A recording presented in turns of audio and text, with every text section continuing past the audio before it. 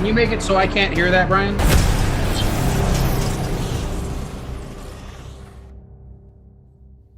Welcome to the Popcast. It is Thursday afternoon, and we are back with an amazing, and I gotta tell you, it's gonna be a long show. So you guys don't see this right now, but I'm actually sitting cross-legged because I'm ready. I'm dug in. I'm prepared for a long, hilariously great show. And of Why are course, you cross-legged though? that's my most comfortable position. That's why. It really? Okay. Yeah. I can't do that. So All that's right. cool.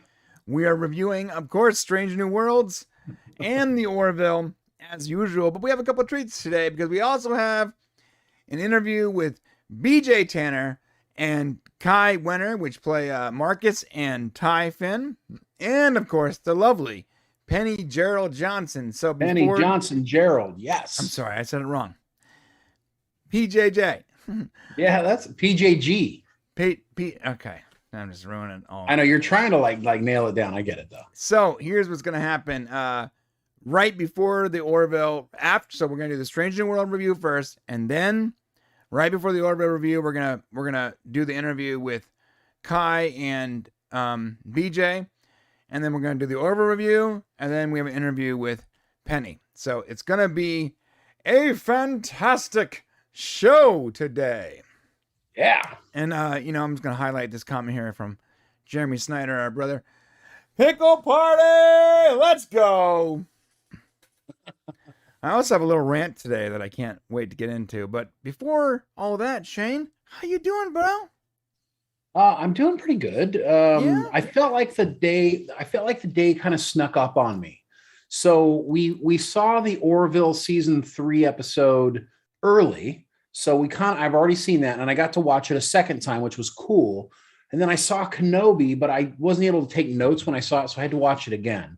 And then I literally just was able to finish the Strange New Worlds episode and just before the show started. So it feels like it's been like a very busy day, but we're here. We made it. It has been it's been a good day. It's been a good day. Yeah, Archmage Frey just says, is it me or is Spock almost too ripped to fit in his uniform? Yeah, swole Spock. Swole sexy Spock. Hey, listen, if you are not a subscriber and you're watching this right now, please head over to that subscribe button and hit the like button while you're there. Please. Yes, please do. Because 90% of the people that watch this are not subscribed. So, hook it up. Hook it up. I keep seeing comments from people, like multiple videos that aren't subscribed. Like I have a tool now where I can see when someone's subscribed or not. It's pretty awesome. Almost a joke at this point. It's crazy. Like there's people that have multiple conversations with us on multiple videos, like not like 2 or 3, like 7, 8 videos, and they're just not subscribed. Hit the subscribe, guys. I've got a theory. If you hit subscribe, I'll give you more swole Spock. If that's what you want. I will say I believe there's a theory on it. If you're over the age of, let's say, 30 or 35, subscribing is not like a priority to you. I think that you just kind of take this. It's like TV. We grew up on TV, right? You didn't subscribe to anything on TV. You didn't go up to your TV set and hit a button. Okay. You tuned into the channel and you watched it. So I just think we're out of practice. So, but it really helps the channel. We appreciate it. Awesome. Yeah. KB Games and stuff just said, Shane, no Uhura. So better upvote. Dude, I got an upvote out of me. You know it, KBG. It's almost like you don't like Uhura. I love Uhura. No, I love Uhura. She's like a fine spice. You can have too much, you can have too much cayenne pepper or paprika in a meal. I think cayenne's worse, but yeah. So she's great with sprinkles. Cool. All right. So let's real quick, just in case you guys didn't know, a quick little spot here. We are back with Liquid IV. They re-upped with us, and I'm so stoked because they're awesome. In fact, I got to use my code again to buy a bunch of the new apple flavor. Listen, if you guys like flavored water, Liquid IV is a pretty good company to. My brain's dead.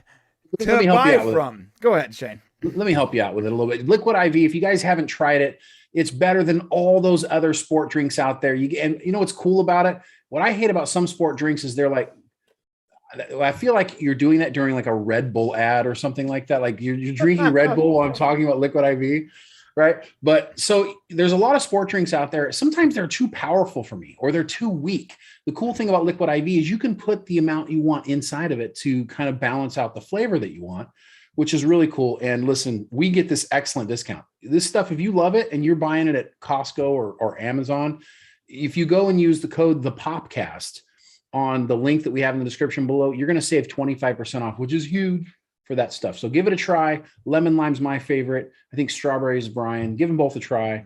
And thanks for supporting the channel. Yeah, Shane's insane for choosing lemon lime. I like the lemon lime. I know we argue about this every time. Yeah, you're a crazy person, dude. You are a crazy person. Okay, so let's jump right into something that's been really bothering me before we go into the review. I'm gonna keep it short, but I'm gonna tell you it's a serious issue. Every week I notice this, and I'm finally gonna scream and yell about it. So here we go. Rant of the week.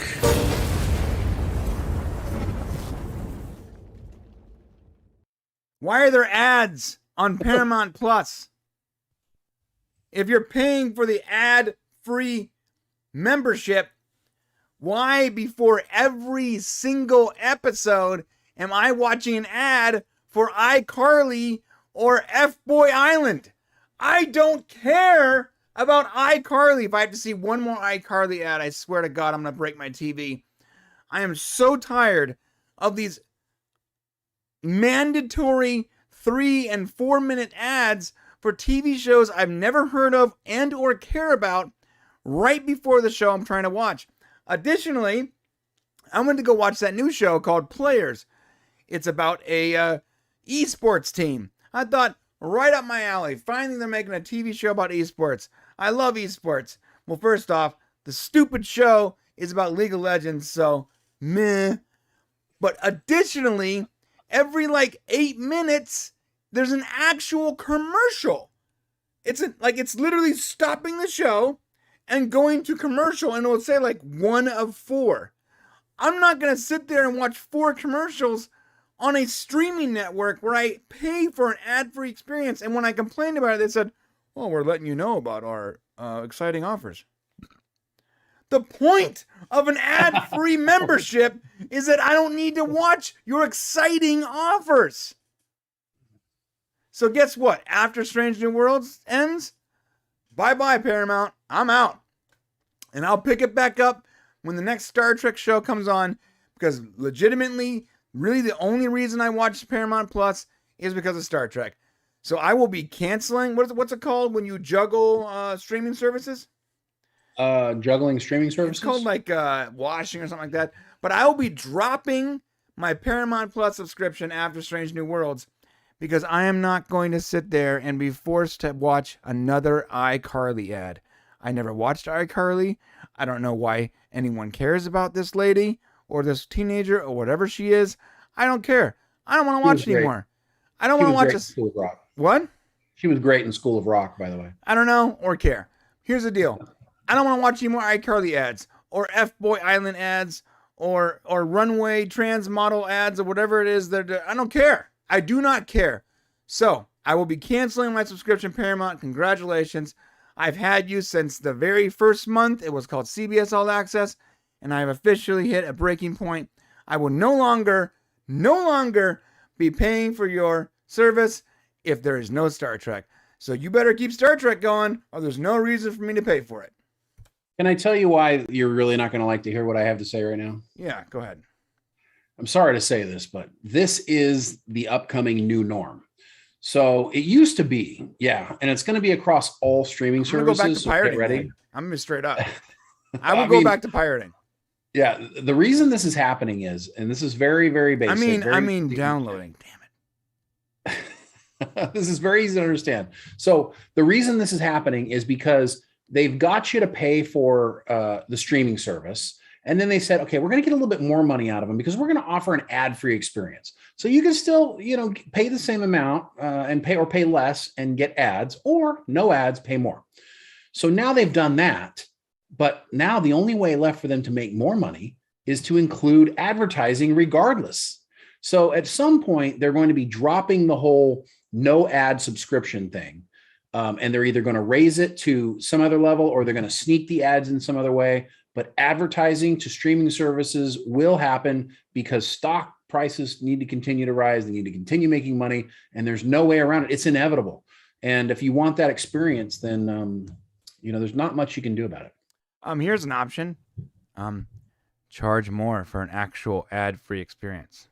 Uh-oh. They could. Maybe they will. Raise the prices on your ad-free experience and actually give me ad-free. Or when I literally called, when you say, oh, this is so we can show you our new exciting products, give me an option to skip. If that is the real reason, put a skip option there. I don't understand why I'm forced to sit there and watch 5 minutes of iCarly, a show of which I never knew existed until Strange New Worlds. Did it make you watch 5 minutes? 4.5 minutes. It was like a trailer. It was like a full trailer. You know what's weird is I'm paying. This will really freak you out. I'm paying for the ads. Like, I accept ads, and I watched the entire Strange New Worlds episode, and not one ad popped up the entire time. I didn't even get I got the early stinger, which shows Paramount, like they do on every one of them. Right. But I didn't get any ads. You didn't get the iCarly thing? None of them. Dude, every single time. They know it's you. They know you're mad. They're coming after you. Oh my God, I was losing it yesterday. Every episode, like intentionally. When you go to the next episode, instead of it just starting up, you have to watch another iCarly ad, or like this trans runway thing or whatever. No, not what it's called. It's called RuPaul's Drag Show. Okay, yeah. So like, it's every time an episode changes, you're watching some ridiculous trailer, and the volume is like 30% higher than the rest of the show. So you're frantically trying to find the remote to turn it down so that RuPaul isn't screaming at your kids at 3 a.m. Dude, it's the worst, bro. Yeah, I don't know what's going on. You need to probably check your maybe check your make sure you're still subscribed to ad free, because I'm not having an experience and I'm paying for ads. I'm so cheap that I will not do the ad free thing. I mean, you did. What you did was you came to my house and you swapped the accounts out. Now you know the truth. Damn it. I knew it. I'm so sorry. I couldn't resist. I just couldn't stand watching iCarly anymore. Yeah, by the way, HBO does a very similar thing where they like advertise. But you can turn that off if you call and if you say cancel because of ads for like a month after that, you won't see a single ad. I've noticed that. Okay. But that doesn't work. Paramount, I went to go cancel Paramount. They're like, oh, sorry to see you go. They didn't even care. They're like, you're out of here. Okay, man. All right. So I think it's time for a little Strange New Worlds. You up for it, bro? Yes, let's do it. So So you gave everybody what we're going to do, right? We're going to do Strange New Worlds first, and then we've got blockbuster Orville coming for what was an amazing episode 3. So just hang in there with us. If you're waiting for Orville, sit through Strange New Worlds. You're not going to be disappointed. This is a really good review. Like 4 hours of Orville coming up. Right. Well, not that much, but yeah, that's definitely, yeah. Just in case you guys don't know how it works, let me break it down. If you're new here, if we like something, we give it an upvote. If we dislike something, we give it a downvote. At the end of it. Did we say hello to everyone? Did we say hi to everyone in the chat? I don't know. You want to go through this? Just real quick. Hey, KBG Games. Thanks for coming. Socially Dysfunctional. We've got Archmage Frey. We've got the Popcast. Oh, that was you. I'm sorry. My bad. Fractured Vision. Jeremy Schneider. Norman Buckwald. Oh, we appreciate you guys. The Marshall. And you guys are all hanging out. John Burns hanging out in here. Appreciate you guys. And thank you for coming. And we got Dork Knight and Ken over in the members section. What's up, boys? Don't forget our members. We'll be going there later in the show. And Ken said, and soon we begin. Okay, so back on track. If we dislike something, it's a downvote. If we like something, that's an upvote. At the end of the review, we're going to average those two numbers, and that will be the official Popcast score. So, here we go.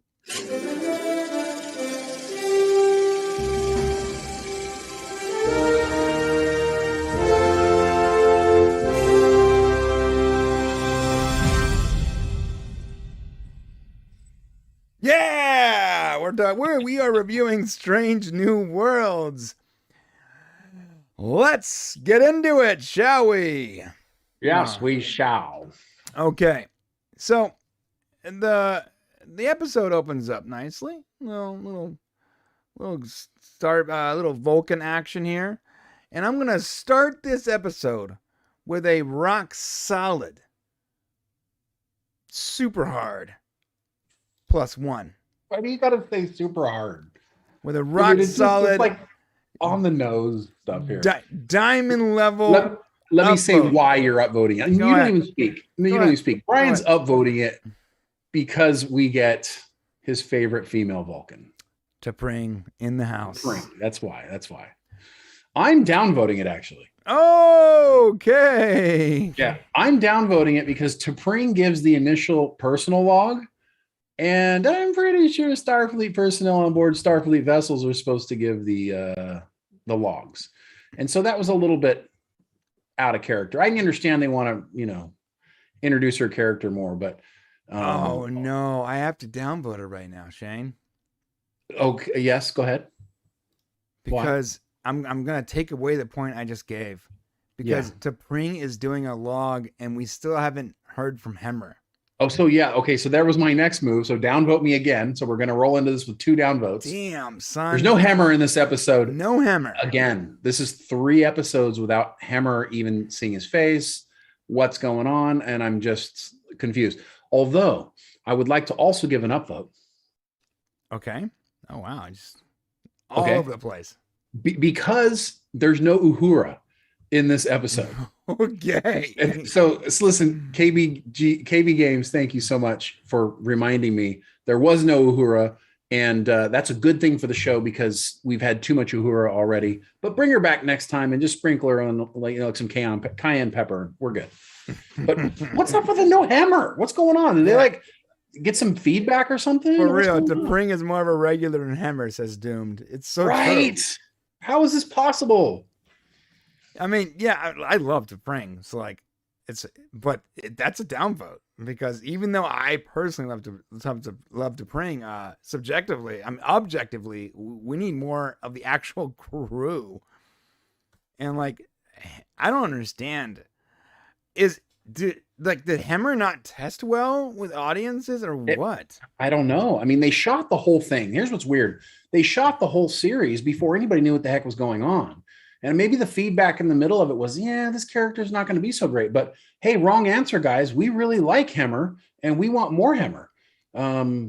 So I just feel like we're getting shortchanged. And there's only 3 more episodes left. So not really giving the audience a chance to actually like him or dislike him because he's not there. Right. So, well, I liked what we saw of him so far. But. Yeah. All right. So so she is studying human reproductive practices, aka coitus. I'm trying to keep this video from being like instantly yellow check marked here. Let's say SEX. Pretty okay. There's the yellow check mark. Thanks, Shane. I spelled it. Yeah, I mean, the computer. My kids don't even know what that is. So she is studying the art of the human reproductive system. And but why? But so that she can spice things up with Spock. Interesting enough, like they're not. So go ahead. They haven't been together very long. They're not married. Like if they already got to spice it up, you might be on the rocks. I don't think it was spice. I don't think it was. I know that was what was said, but I think it was more she was trying to like connect with him and like, move this relationship forward. And because he's half human, half Vulcan, she thought maybe she should have to, explore his human side in order to make him 100% happy. Okay. Yeah. So she's a pleaser. Even more points. Which is surprising because that's not what we usually thought about this character. Yeah. Yep. Good for you, Frank. You're like leaving it on there on purpose longer I'm sorry. than you need to. Sorry. And everybody's like getting this uncomfortable moment of like, is Brian going to move on? No one's uncomfortable but you, bro. Literally. Yeah. No one. Why is he grunting when he's talking? We're all good with it. All good with it. All right. Spock and Chapel moving down the corridor. Is it me or are they like, why are they walking so close down this giant wide hallway? You know why. Because the restrictions of the camera, or because they want to be in the center frame? No, because they are, they got some little flirtation stuff going on here, like a little closer than friends. When we were young, we all had these experiences where, you kind of like somebody, but you kind of got to keep it on, you don't really want to let them know. So you end up doing things, you stand closer to each other. It's stuff like that.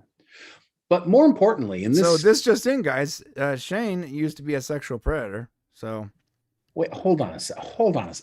I'm sorry. How does that make you a sexual predator? So I gotta get closer. It looks like Nurse Chapel's doing a little bit of the sexual predatoring here. Okay, that's all I gotta say. That's true. Yeah, she is definitely the aggressor in this situation. What's interesting about this scene, though, is that they're actually having a conversation about Dr. Aspen, who's coming in, and the only mention we're going to get of this the whole episode. So the actor playing Dr. Aspen is transgender, and this is something Jesse James Keitel. Oh yeah, we heard that was a whole thing for us this morning, right? And so this is the only time we get really an overt sense that, and even though Jesse James Keitel likes to be referred to as a she. In this instance, Nurse Chapel refers to her as they. Yes, and if you change the audio in Paramount Plus to English AD, which is like assistant audio, where like so you have the regular audio, but then someone explains also what's happening. Perhaps for visual impaired people. I don't really know why that's like that. But it's interesting because I actually use that feature when I'm driving so that I can listen to the episode like an audiobook versus watch it. Because there's a narrator that actually explains what's happening on screen, and then that narrator stops talking when the characters start talking. It's honestly like a really intense audiobook. It's fantastic. I need to try that. It's called English AD. It's the setting in there. And when the English AD system is talking about Aspen, they use they and them pronouns. Interesting. Okay. Which when I first started watching this, I was actually confused. I was like, how many people are walking in the room right now? Because it was like they walked in the room. I'm like, they. I had to actually stop, turn the phone on, and look at the screen. And then when I saw who it was, I was like, oh, that's what they're talking about. Yeah, that's why it always it's always an interesting little thing there. But yeah, so they do mention it's the only time they sort of mention it, and I guess we can just take this moment. Well, I will talk about it a little later. I want to talk a little more about the transgender non-binary thing in a little bit. Yeah. All right, well, here we are. We're at dinner with Dr. Aspen. Let's explain what they're doing here. So this is basically what the episode's about. The episode's titled Serene Squall. Okay, and what's happening here is aid missions for colonists have been they've been stranded basically on the edge of Federation space. The colonial ships that were there lost power 26 days ago, and the Enterprise is there to get them back on their feet. Right. The Serene Squall is carrying out raids on the border, and they're basically space pirates. That's what we know right now. Okay, yeah. And it's not, I'm not going to give it away yet, but. Right, not yet. But there will be a downvote for this scene coming up. Okay. I just want to remind myself and the audience as to why. Okay, yeah. So Dr. Aspen, she used to be in Starfleet. She used to be a counselor in Starfleet. She went to the academy, according to what she's saying now and what her file says. And apparently she gave that up to do this humanitarian job that she's doing now. All right. Yeah. There's a scene where they say it's in his file that Pike is a Boy Scout, which I thought that was interesting. And he also says this sector is the Quadrant's version of the Wild Wild West, which is really cool. So it's like Final Frontier style stuff. Good. Yeah.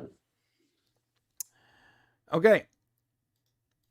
I'm just gonna now, unless you have something else with that dinner, I'm gonna fast forward past. No, I think that it was a good setup, to kind of explain what's going on. Yeah. Okay, so they detect an unidentified warp signature. Now they get to where they're supposed to be going, and the colonist ships are blown up. They're in pieces. 2 of the 3, Yeah. have been destroyed. Right. And And the the- colonists are gone. Yeah, and the Enterprise doesn't have enough time. Captain Pike has basically determined that they've left Federation space, and the Enterprise doesn't have enough time because they're outside of the regular communication range to actually let the Federation know he wants to leave Federation space. Right, which I actually like that. I'm going to give that an up vote. I like that they were too far away from this is really showing what era this is in, right? Yes. They're so far away from a subspace relay that in order for the message to get to the subspace relay, it would take 2 days. And that was great. And when they decided to, throw caution in the wind, leave a message, and then go into the non-Federation space area, they did say to drop a buoy behind so they can still communicate with Starfleet, even though it's slow. Okay. Now, there's an interesting little throwback coming up here soon. Oh, wait, we got to deal with this. All right. So, Spock goes to Dr. Aspen's quarters. Dr. Aspen is working out. She talks about the Academy days. They're bonding. Yeah, she connects herself to Spock here, and we don't realize why exactly this is happening. Other than I think in this moment she's going to be getting kind of really personal with him. But she does something very interesting here. Spock is do we ever have the scene where they go into the space and they kind of run into the asteroids? No, you mean the Tholian web thing? Yeah, it's not that, but yeah. 'Cause that's exactly It's what it reminds you of. Right, that's right. what it is. Yeah. I mean, that's Did what we it get looks there? like to me. Did we pass that or no? And we haven't gotten there yet. Okay, I'll wait. So isn't a Kolinar like a really like private thing to talk about? I mean, it's where Vulcans try to remove all of the last bit of their emotions. It's a ceremony to like really push that to the edge. And apparently as a counselor, she's saying she had some experience with that. And we'll find out later that she really knows a lot more about that than we realized. Did he say she? Question mark. It's okay, because she actually likes to be called she. But technically the show refers to them as they. Which is interesting because when we looked up her pronouns were she, right? You looked it up and told me. I hope you're right. Yeah, the actress said, Yes. no, the article said that the actress said that they referred she. God damn. Yes. It's very hard. Guys, we're going to probably get it wrong. Or we're doing our best though. And I know you're just being funny, whoever said that. I mean, yeah, that let's not go back. I just derailed my entire thought process because let's not go back to if you guys want to watch us really like our brains get all messed up, go watch the clip that we put out about this character this morning on the channel, and after the show's over, and you'll see what it looks like to have a couple of old guys really spin their wheels. Shane's head explodes in that episode. Yeah, it's pretty crazy. All right, so they actually say that she just say she, so that way you don't get it. Okay. I think it's okay. She actually says, because the show refers to it as, okay. So I mean, wait. What's her name? Let's see. We'll find out for sure. Jesse James. So Aspen actually foreshadows that there are pirates they set ambushes and all that, right? Yeah. And here we are. Now we're in the asteroid field, and I'm trying to get the Tholian web thing. Okay. Her. He, her. Asteroid. That's her Source of official, what she wants to be You called. say he, her? She, her. Oh. Asteroid has Should be the same went off could burst. I looked it up. It's- June 3rd, There it 2020. is. There's the Tholian web. It's not, though. Even that doesn't look like a Tholian. The Tholian web was flat. Well, that was the graphics of the time. Yeah, that's true. This looks a lot like that technology. Is that, you think that's just like a casual throwback? Yeah, because the Tholian web was it was made, I think it was made by vessels, right? A vessel.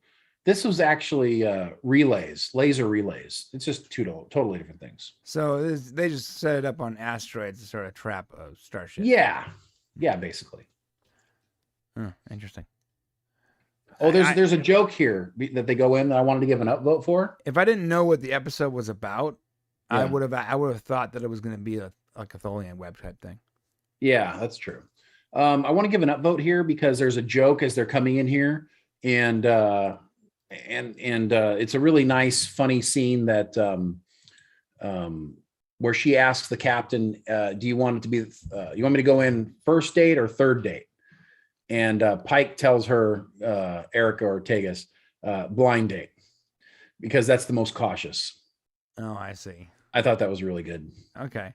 Really good joke. Yeah, it was off-putting for me when she said that joke. To be Oh, I honest. liked it. Can you upvote me, please? Yeah, I'm not going to give it a downvote. It wasn't downvote worthy, but it definitely was not upvote. It was worthy. clever. It was a clever, It was way off. to- It was off-putting. It was off. Oh, well, tell me why. It just seems so casual. Like they're in yellow alert, and the captain is giving her an order. And Well, nothing bad has happened yet, but yeah. Okay. on the Orville, that tracks. Well, I But mean, then- he's getting punched later on in the show, and he smiles. So I mean, I don't. But know. that's the captain. That's the captain. That's not the helmsman during a yellow alert making a joke about.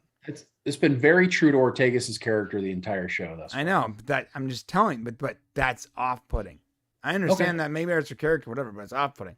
I was okay with it, but I get it. I understand. Sure, yeah, you could be okay with it. Again, it's not worth a downvote. I'm just saying it's not worth an upvote for me. Got it. I liked it. Okay. All right, that's fine. Thank you. Whatever you want. Thank you for what I say matters sometimes in this Cool. relationship. Cool. All right, bro. Sorry, I'm having emotion. All right, so Aspen's trying to help Spock, blah blah blah, target the right asteroid, yada yada yada. Okay. That was a great moment, though, right there. So the Okay. asteroid, it gets blown up, right? Right. So this is an upvote moment for me because Spock was extraordinarily uncomfortable guessing. And that is very true to his character. In many other Star Trek things we'll see in the future of Spock, anytime Kirk is asking Spock to basically guess, Spock don't want to guess. And so this is very true to his character, even though it was kind of a more emotional side of it. That's still okay because we're early on. But I thought this was really true to his character, and it was a nice thing. Yeah, I gotta be honest though, you don't have a problem with this like brand new doctor they picked up on the bridge directing Spock on how to do his job. That doesn't bother you at all? I mean, all she said to him was, Spock guess or whatever. She didn't really tell him what to do. No, She did come up with the idea. She was walking him through it. I'm actually going to downvote this. I wasn't. I mean, going she didn't to, tell him what but to then do. You upvoted it. Now I'm trying to like even it out Yeah. because, like, she shouldn't be on the bridge. Number one, and Well, no, that's not true. I don't think Spock doesn't need anyone to help him do his job.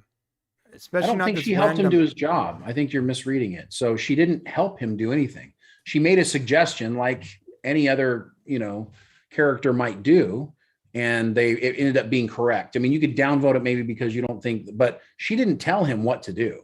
All she said is guess, pick, right? She pushed him to pick or guess. She didn't tell him what to do. Yeah, the appropriate response should have been get off the bridge.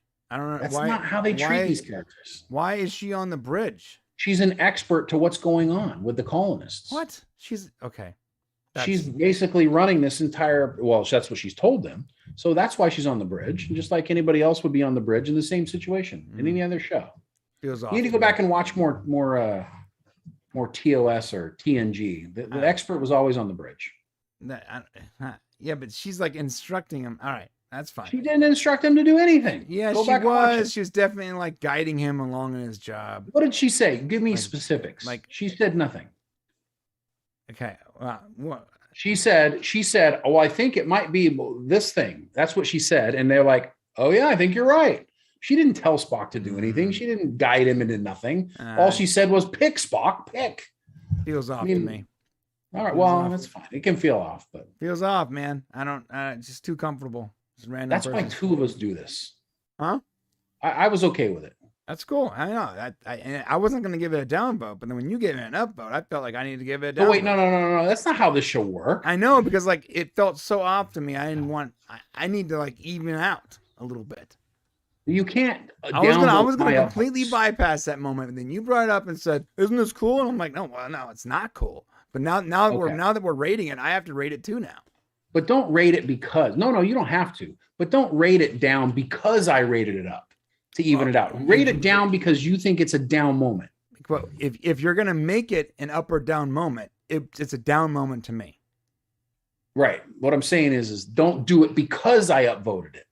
Do it because the scene is worth a downvote to you personally. Otherwise, this isn't our review isn't good. You know, now you're only trying to balance it out so the review not ends balancing up out. No. That's what you said. The second you made a rating moment, I have to give it a rating. No, that's not true. We don't always give each other ratings when we do it. That's not true. No. Every time there's a moment, you don't up or downvote it. No, but the second you make it a key moment, either I can make it a +1, a -1, or a nothing. Right. And nothing. You made a key moment. It's not. It's worthy of a downvote now that it's a key moment. Well, I just think that you said you downvoted it because I upvoted it, and I think that's wrong. I should have said because you made it a key moment. Thank you. That's better. Okay, look at her. Come on, Spock. Do his job. Okay, anyways, she didn't tell him to do anything. She's I'm moving past that. Moving past that moment. You need to move past that because you're making too much. I'm moving past it. Here we are in Spock's very human quarters. I'm quoting to Pring from last episode. You know what? I think you got too much to Pring on your brain, and so now you're like anti-Spock. No, that's not. I like Spock. I like Spock. Yeah, I mean, I probably turned like a total 180 on Spock because like from Discovery, I hated the character. Now I love him. This is true. All right, yeah. So now they're talking about how Pike operates on hunches. He's not comfortable operating on hunches, and she's sort of counseling him on his dual personality, which is fitting considering. I like how they didn't beat us. They didn't beat the audience over the head with her. Yes, this is a great moment, bro. This is a really great moment. This is an upvote. Whatever. This is an upvote moment. I don't even know what it's called. Okay, so using Spock's half human, half Vulcan to show what it might be like they're essentially talking about a non-binary person. Now it's very subtle. A lot of people don't even pick up on it. You probably wouldn't have if you didn't know this was a transgender person. But unlike what Discovery would have done, and I'm sorry to just beat up on Discovery. Are they transgender? Who? No, I don't think the actress is transgender. No, the actress is transgender, yes. Oh, I thought they were just non-binary. Oh, whatever. Go ahead, keep going. She's a transgender, non-binary person. Okay. And now, don't ask me to define that because I really can't. I'm not. Yeah, go on. But what I can tell you is that on Discovery, they would have made a big deal out of the fact that she was a non-binary, transgender person. And they would have hit us over the head with it and shoved it up our eyeballs, and they would have really, hammered it in. Instead, they use an alien moment, half Vulcan, half human, to kind of highlight what it might be to be confusing to be two different people, I think. And they didn't hit you over the head with it. It was very slight. Yeah. They jumped out of it pretty quickly, but they left it like Star Trek does really well when they take an alien society or they put it on an alien thing to make us think about something going on here. They've been doing it all season long. Yeah. And even though this may not be extraordinarily important to me, I thought they did a good job of leaving their message in and getting out of it. Yeah. And I'm going to give that an upvote for that reason. Yeah. Because what we said when we read about the news, we're like, because I remember the StarTrek.com, whatever, was saying, that their relationship with Spock, and then it was like their relationship with Spock is going to be unique or whatever. Yeah. And I remember you saying like, okay, so like that might be concerning. Like nerds' heads are going to explode if Spock ends up being, something that's not canon. And I like how it was in quotes because their relationship was actually more of an allegory, which is very specific to Star Trek. I think very Star Trek-ish. Yeah, Doomed is right. He said, "Don't be human or Vulcan, Spock." That is sort of nonsense to me. But which is why we struggle with the whole concept itself, Right, and maybe that's what they were kind of highlighting here. And maybe we don't. Yeah, maybe we don't get it. But at least they did it in the way that Star Trek is supposed to do it. Right, I think so. So I agree. All right. Now, one thing that I'm not going to downvote, but I considered downvoting, is that these two characters talk a lot this episode. Like there is a lot of exposition this episode. We find out why later, though. It makes sense later. Right, but the later is not really a very good payoff. Like it's a 3 seconds later for 20 minutes of talking. I don't know if the payoff is worth it, but we'll get there. The trap wasn't set by the serene squall. Whatever it is. All right, this is the one. Like a third date. Like a blind date. Okay.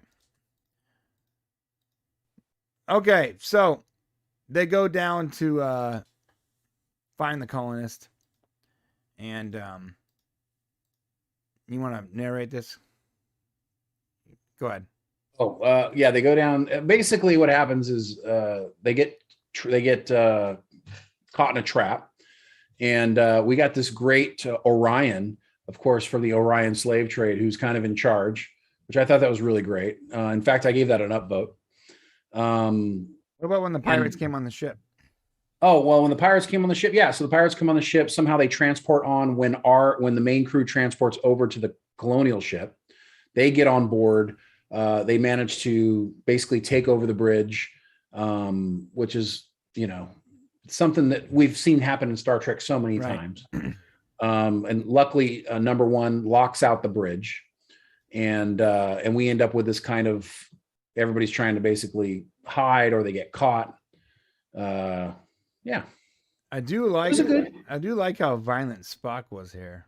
Oh, that's right. I upvoted the Vulcan. We got our first Vulcan. We got the Vulcan. No, not our first. We got with the first one we got in the episode 1. We did?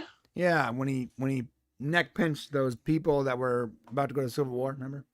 Oh, that's right. That's right. Well, anyways, I thought it was a really good demonstration of Spock's. Yeah, I'm gonna kicking. I'm gonna help about this whole sequence. It was very good. Yeah, me too, please. And I think it's like a good. I think it's a good indication. Spock's really strong. We forget that Vulcans are strong.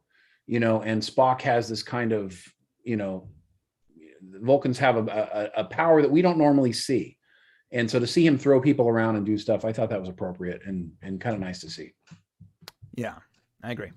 All right. Now this character, his name is Remy. You already gave him an upvote. Yes. I'm going to upvote him too. And I'm going to upvote something that's coming up here. Because I love how what is this race called again? It's called Orions. We learned in Enterprise that the Orions are not actually the people. The guys in charge are not actually the men. It's the women. Right. And for years we just thought the Orions weren't. The guys were in charge. But on Enterprise, the twist was the slave or the Orion slave girls were actually the ones in charge. And like they had this whole subterfuge with other cultures because it gave them an advantage, right? Yes. Which was super clever. And they're continuing that here. Yes, they do. Because the Strange New World crew, they don't know that's how their culture works. But here we have the big Orion guy acting like boss when he's not actually in charge. And I love because they're basically slaving people, which the Orion slave trade is what they're known for, and once again, they're doing that here, which I thought was a nice Star Trek, universe thing to keep talking about. Right. Yeah. And if I continue on here, Pike basically has decided he's going to try to start a mutiny. Oh, he hasn't decided that yet. He decides that during the dinner. Well, he makes a comment there beforehand, basically saying she's the smart one. Well, you'll see it in a second. Oh, yeah, he does. He does, yeah. All right, so Spock and Aspen. Oh, I want, okay, that's not throw away. Okay, now this was good. So I did like this. I just love Pike. Like, that's my favorite character. Yeah, he's awesome. My favorite character in a couple decades now. And I'll tell you why. Because he embodies like Star Trek. He embodies like the starship captain. He is like, Yes. If you had to have a template for a starship captain, you should start with Pike, man.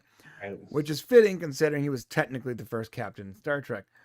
Well, yeah. I mean, Archer actually is the first one we saw technically. I'm talking about like when the show started in the 50s. Oh, gotcha. Yeah. Right. 60s. Or 60s, whatever it is. With the cage. When did that come out? Yes. 60s, early 60s. Okay. All right. Yeah. So he's like, oh, you guys eat that stuff? It's an Orion specialty. And this whole conversation is great. He says, I'm going to cook for you. And he's somehow like sort of winning over these nut jobs that just want command codes from him. And it's very clever. I mean, they weren't totally won over, but like they definitely softened up on him for sure. Yeah. Well, yeah, because they're beating the crud out of him, and now, a hot meal, you know?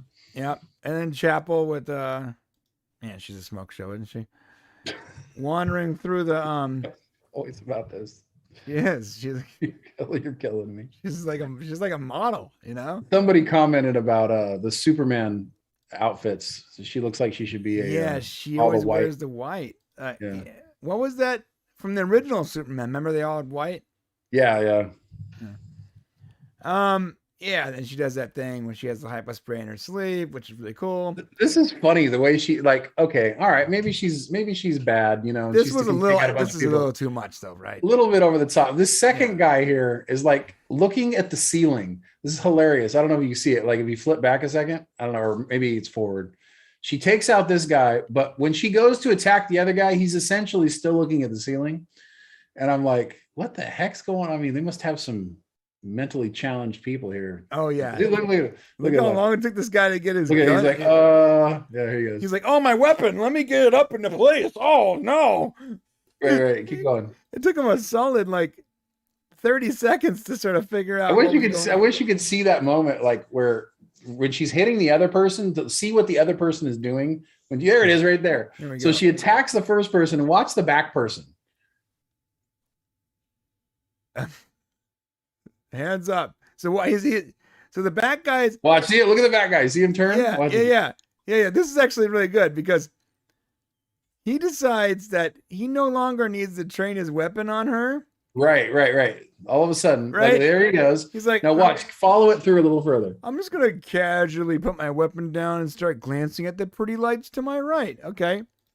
Right. Watch. See that now? He's like totally turned around while he's doing. Now look back there. Look. Like, oh no, my weapon. Too late.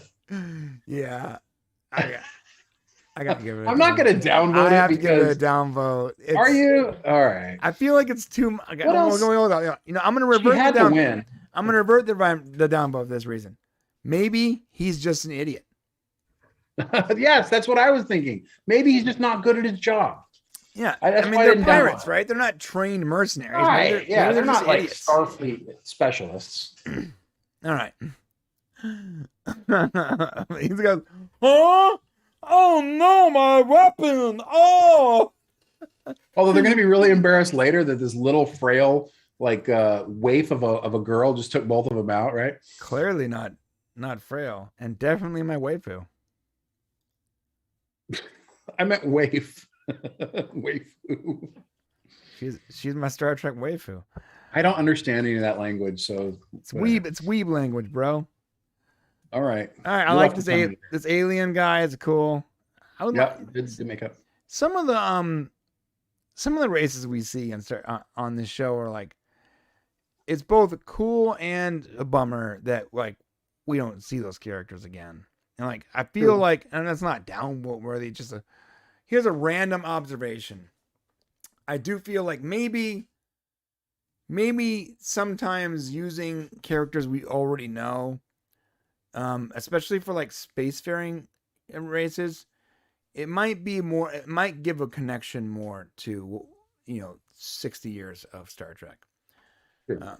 And like, while I like to see new characters, and sometimes you have to use a new character, but like in the Comet episode, I do believe that this is a cool character, but really it could have been any character. I would have loved to have seen what a Ferengi looks like in this time, or any of the other 30 races we've already seen.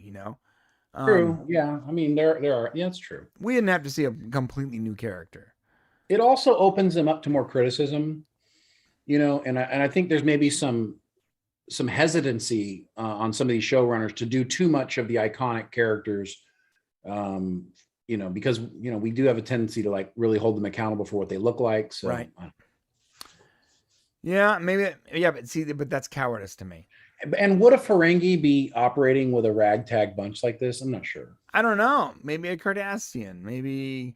I mean, there's a lot of races, dude. Maybe Sure. one of Phlox's people. I don't know. Pick a character we've seen out of all the other series. I mean, we did get the Orion. Yeah, we did, and that's great. So you did a good job. No one's criticizing you. Maybe because it's easy, like it's just a green guy. Yeah, I don't know. Maybe. I don't know. I do feel though, like, while I like new characters, like when you have the opportunity to flex with a member berry, you should do that and just be bold with it. Don't get mad because someone's going to complain about, oh, there's one too many ridges on that Klingon's head. Like, calm down. Don't completely change them like the insanity of Discovery. But like, again, we haven't actually seen what a Klingon looks like since the insanity of Discovery. Yeah, I can't wait to see what a real Klingon looks like and not that weird, I'm assuming, hyper-religious zealot offshoot race was. You know what I mean? No, the Klingons you're going to see look like humans. Oh, really? I mean, hopefully. I mean, they're supposed to, right?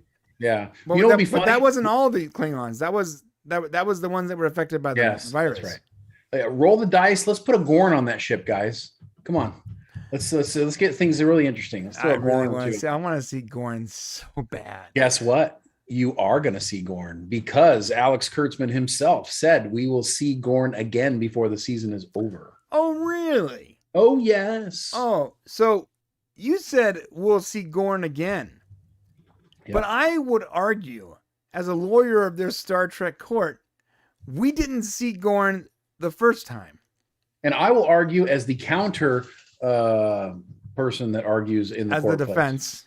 I will argue that it was good we didn't see the Gorn, but we will see the Gorn. I'm not disagreeing with you. I'm saying that it made them more terrifying. Absolutely, that's the old horror trope, like where you withhold the less is more. The villains, so you get the more. Yeah, less is more. But I still want to see what a damn Gorn looks like. So please don't deprive me of that. And if we don't see it by the end of the season, it's gonna be a big disappointment for me. Yeah, because I've been waiting to see what Gorn looked like since 13, watching the original series, thinking, what would it look like with new graphics? Like, what would that cool dinosaur Enterprise look like? Enterprise had him. Enterprise had him briefly, and it was was not great. Not great. All right, so what happens next? We've been here a long time. All right, my bad. All right, so eating his food. You seem way too intelligent. I love Pike through this whole thing. Look at his hair. His hair. He looks like he just got up from waking up from bed or something. Yeah, his whole demeanor with these guys, like, it's very, very good. He's very like, I'm still in control here, is what he's saying. Yeah, and the whole redhead Orion is just like. It's great. Like, I if we ever go to another Star Trek convention, I know we haven't been since they like sold the rights or whatever in Vegas. Yeah. But if we ever go again, I might just go as Remy, like the big boned redheaded green guy. I can pull that off. Yeah, I got the beard. I got out. Yeah. Yeah. No, you can pull it off. Yeah, that's good. That's my next cosplay right there. All right, moving. Okay. All right. So they are saying, let's give up the ship to Spock. Like that's what they say. They go, let's give up the ship because it's like too much of a hassle, which that was like the very first interesting moment. I did. Yeah. It wasn't interesting to me at all. I was like, that's cool if it like raised little senses for you, but for me, I was totally oblivious still. I thought that was like, why would you want to give up that easily if you know how gnarly these people are, and you're still. Well, that's why she's saying that, because she's basically saying, I have experience. You do not want to be captured by these people, right? So maybe, I mean, it seemed believable to me, no? Yeah, but they have no shot if they give up the ship. They're going to get captured or they're going to die. Those are the two options you have. Right. But I thought she gave a compelling, reasonable. I didn't go, that don't make any sense to me. I was like, if I was a civilian that didn't want to get captured by these people, I might be saying, let's escape. Well, no. How are you escape? So you're not in Federation space. You're going to give up your only actual shot at escape. You're 100% right, but I'm trying to think like somebody who's no longer in Starfleet, somebody who just wants to get away. So maybe the actor didn't. Maybe they didn't get what you're saying. They didn't get that across for me, because I felt right then I felt like there was something up. Interesting. So, yeah, I was totally blindsided by what's interesting. coming. So I don't think the actor played this right then, because we are getting completely different two things here. We watched the same exact scene, so it wasn't. I don't think the actor pulled it off. I thought she pulled it off well. I mean, so do you think the intention was for you to be fooled this whole time? Yes, I believe they wanted us to be fooled. This wasn't meant to be foreshadowing? I don't believe so, no. Interesting. I believe the intention of the character was to get Spock to get off the ship to make it easier for what she wants to do. But I feel like but as the audience member, was still supposed to be fooled. Right. Okay. Norman Butchwald says, well, she is correct. She does know these pirates. That's true. It's true. Yeah, and Spock rightly says abandoning the ship as part of the enterprise of criminals is yes, he did. He's like, I ain't getting off this ship. You know, that was exactly what he should say. Yeah. Again, Ethan Peck killing it as Spock. I gotta say, and I have to keep saying it because I was so vocal about it in Discovery. It's like a different person is playing Spock. So feels like it. That means that the problem with Discovery was not his acting, it was the writing. Or maybe he just practiced really hard between seasons. I don't know. Like we told you what it is. It's he no longer has a sister to deal with. He no longer has Michael Burnham over his shoulder. That's right. All right. All right. Here it is. I love this guy. Pike, because he goes, I convinced these guys to sell us to the Klingons. Yeah, that was great. And then Una's like, I'm up for that. Una's like, not Alpha Braga 4. Vote me too. Yeah. Not Alpha Braga 4. And he's like, yep, Alpha Braga 4. Works every time. We're starting a mutiny. I love how, like, when he comes in, he's like, hey, so guys, I convinced him to sell us to the Klingons. Everyone's like, what? He's like, it's going to be great. Trust me. Yeah, he's such a great character, man. And his chemistry with Una is really quite fantastic. It is good. To be fair, though, that is Rebecca Romaine Stamos, and she is a seasoned actress, right? Yeah. Been around for a while. She's been around a while. I mean, I wouldn't say that I've loved her, and I mean, this is the first time I've really liked her. She's the best Mystique. I don't care what anyone says. That chick from Mockingbird is not a good Mystique. Right. No, Rebecca is definitely the best Mystique. She's the only Mystique as far as I'm concerned. But she didn't do a whole lot of acting in there. So, I mean, it was like, in X-Men. Yeah, but she was really attractive. So you get sidetracked really easy on these. No, she did acting. You kidding me? I mean, she did a lot more physical acting, I think, than. Sure. Yeah. And KB James and a smoke show. Yes. Agreed. You spent a lot more time looking at her than listening to her. I got a feeling. No, I like her. I like the actress. I've always liked what she's done, not just when she was wearing a skin tight suit. Blue outfit. Yeah. All right, so they get to the engineering. They get control of the ship. They lock the doors. I thought that was a little too easy. Well, see, here's the thing. This is why it gets an upvote from me, is because I just didn't see it coming. And and when I'm sitting there going, how did they? And I'm kind of trying to think, and as it's happening, I'm trying to figure out how they got one step ahead of them, because they've kind of been one step ahead of them most of the way, anyways. Mm-hmm. And then when you realize, oh, the phaser is coming from behind, I'm like, oh man, okay, they got me. And good job. That's what I want. Interesting. So they didn't get me. I thought there was something wrong from 3 scenes ago.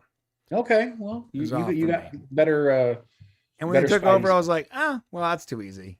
So here comes the obligatory double cross, and there's only one person that could double cross, and I pretty much knew it was her right then. All right, I didn't see it, but I will say, damn it, I'm sorry, I'm trying so hard, you guys. I promise. Well, she said it says here specifically that call her she. She likes being called she. No, but in the show, the character is they. Okay, so I'm talking about the show, not the actress. I don't. All right. Well, I don't. Too complicated. I don't say, hey, Ethan Peck is finding the captain. Well, I'm sure the character will not be offended since the actress. You know what I'm saying? I'm not doing it for the character. I don't know the character. I'm doing it for myself and the audience. I'm attempting to follow the rules set forth by the show, by the episode. All right. Well, this person. Don't try, Shane. Your brain's gonna explode. I know. We went through this already. The character. I thought the character, switching the personality and now becoming like more pirate-ish, I thought was really well done. Yes. Like now it became like this, I can just be exactly what I want to be. And I thought that the actor, Jesse James Keitel, did a good job in embracing and becoming the character that they really are. Yeah, I agree with what you're saying, but I got to tell you, I didn't like I thought the pirate version of her, damn it, was cringy. Oh. They were doing really good up until that moment, and when their personality switched over, it went from like, oh, this is an interesting character to, this is sort of over top, sort of cringy character. And it reminded me of like, to be fair, it actually had some like cheese to it, almost like TOS style cheese. So I guess it fit, but it did feel less of a pirate and more of like a caricature. I can't say the word of a pirate. Oh, character. I can see that. I can see how you might see that. That makes sense. I mean, I thought what was interesting is ultimately the goal of this character was to release a prisoner, and it was less about it. I just felt it was very pirate. I don't know. I thought it felt okay to me. Where we are having, you and I, which is not typical, you and I are having two totally different kind of feelings throughout this entire episode. Yeah, what's funny is I knew we would. Interesting. Okay. I thought Shane's gonna love this episode, and while I don't hate it per se, like there's definitely parts of it that didn't work for me, right? Or like that I didn't feel good about. And I knew it. I knew you were gonna love it because there's a lot to love here, to be fair, but there's parts that are like very cringy, and like the whole like we talked about before, like here, for instance, on this screen right now, there's a brand new alien in the back. I do not understand the point of there being a completely different species being introduced as a random character in the back. Like, just give us. But I'm not gonna keep beating that dead horse. I mean, I understand what you're saying. The problem is like, I think somebody else said in the comments earlier, we can't keep just using the same 6 or 7 characters. You know what I mean? I'm not saying you do. I'm saying that. What is this alien? We don't know. We don't know all of the aliens in Star Trek. Do we? It's like, okay. So here we go. I didn't want to criticize this. Here we go. But you keep doing it. So, I mean, I have to now, though. Here we have a human on the right, or someone that looks like a human, or some kind of alien that has very little makeup, literally just black makeup on their face, on her face, whatever. And then on the left, I don't even know anymore. Damn it! And on the left, we have an alien with so much makeup, it looks like a Halloween costume. Bro, pick a lane.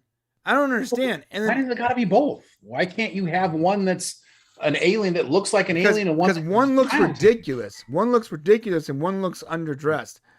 I don't understand why we can't have some of the 30 species we've already been introduced to. I mean, how much? I don't know. I want to see more. I want to see more of the Star Trek universe that I love in this show, which, to be honest, is the first show in 22 years that I've cared about fully. I want to see more of this, of the universe I love, and I feel like the opportunities to see that are being passed over, and there's 2 episodes left. You got to remember, these are like hodgepodge pirates of the, outside of you got to be careful, because if you start introducing characters that we know a lot about, now we start questioning why they're in this ragtag bunch of pirates. Not characters. No, I'm talking about species. You still have to be like, well, would that species be at the edge of Federation space involved? Now you've created a whole new canon problem, and it's like 2 or 3 second shot. Is it worth it to put it in that situation? You know what I mean? Like, do you want to create a canonical tie to a species? That's fair, and that's the safe response. It is. That's what I would have done. That's the safe response. But you can't think of any cool aliens that we already know about instead of this weird looking. I mean, this guy looks like Cthulhu or something. Like, I don't know, man. He does, right? Hey, I'm not crazy. He looks. Someone tell me, does he look like Cthulhu? The makeup department went nuts. They said, let's do this. He does look like Cthulhu, right? The guy on the right has mascara, and the guy on the left is, scary. I don't know. He does look like bro. I don't know. It's not on the screen long enough to matter. No, but it is. Like, they're going to walk by and it's over. Bro, this is H.P. Lovecraft, bro. It is. I'm not crazy. That's what this is. It's Cthulhu. That's not even it. It's totally Cthulhu, bro. Okay, fair enough. Okay. All right. I don't know why we're spending so much time looking at this. But like, you got a problem. We're trying to explain why there's a difference here. And these are the little things that are like the whole episode that were like bothering me like nonstop. Right. And individual little tiny bits don't bother me, but when it's like the entire episode has little individual cringe moments or things I wish would have been different, it lessens the overall experience. I can appreciate that. I'm more, as you know me, I'm always a little more focused on the story than I am the surroundings. So that's true. That's fair. Okay. Moving on. Sorry, guys. Sorry. I'm not trying to obsess. I'm not trying. It looks like a mind flyer. Obsession. John Burns looks like a mind flyer. Okay. I don't know. What's going on? Mind flayer. All right. Yeah. So this is when Aspen or Angel, I guess. Angel Aspen is now. The name, right? Angel does get cringy, and let us know in the chat. Did this become cringy for you? This character, or do you feel like it was played correctly? Because it felt cringy. Is Brian crazy right now, or is Shane like really making a lot of sense? Art is subjective. So around? What did you guys think? Did it feel? Did this get cringy, or was it played correctly? Question. Fair enough. We would like to hear your opinion. Yeah, I actually didn't come for that. And so this one she explains. They explained, I actually didn't come for the Enterprise. I came for you, Spock. Yeah. Bum, bum. You got to admit, that's pretty intriguing. Like, you're like, why would they come for Spock? You weren't like a little tripping at that moment? Have you seen him without a shirt on? Come on. Sexy Spock. That's Bro. what we came for. Guy is swole as hell, bro. All right. Oh, Ethan they Pex. acted like It's Ethan. Cybok It's followers. Ethan Pex. Ethan Not Ethan Pex. Pex. Ethan Pex. Ethan Pex. That's Right? great. I love that. Sexy Spock. Sexy Spock. I'm gonna steal that for a tweet. So All right. this is the end. This is awesome. This is an awesome moment. This gets 2 upvotes for me. This is not the end yet, bro. What are you talking about? Are you sure? Oh yeah, they're calling to Pring to come bail Spock out. Now, all right. I don't have any other up or down votes. I have a problem here. Sorry, I have another problem. Why? See, this is because it takes 2 days to get to the Federation, but they were able to make a call instantaneous to Pring. Oh, that is a problem. Oh, wait, maybe it was, well, no, that's not, okay, wait, maybe it was easier to get a hold of Vulcan than it is Starfleet. No. They are so far away from a Federation subspace relay that it will take 2 days. That. You're right. I'll downvote that with you. So they get an instant call to Pring and 0 latency. Let's have a conversation with Pring. And that whole conversation takes place where she says, I'm going to kill Spock unless you deliver me this prisoner or whatever, right? And another thing is Pring gets there really quickly. I mean, it definitely if that wasn't supposed to be the case, like maybe it's possible time passed and we just didn't see it. They did not do a good job of making time pass. It does feel like it did. I thought the same thing when I saw it. I'm like, well, how did she get there so fast? She got there so quick. Right. Norman Bates says, how far is Vulcan compared to Starfleet? That doesn't matter because they're within Federation space.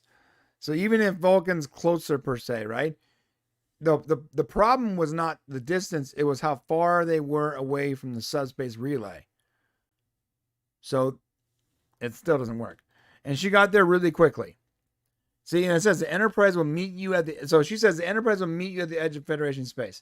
So they go back to the edge of Federation space so that T'Pring doesn't have to travel into the zone that's not Federation space, whatever it's called, right? And they're arguably not far from Federation space because Pike, when he came over the border, didn't seem like he took him a long time either. Right. Right. And so, she says T'Pring's not going to listen. Oh, she'll be compelled. I gotta say, this character feels cringing to me, but that's subjective, so it's cool. T'Pring's gonna make the deal. A lot of conversation there. So the Pike and company are now farther away from the Enterprise, right? Because the Enterprise is making its way to Federation space.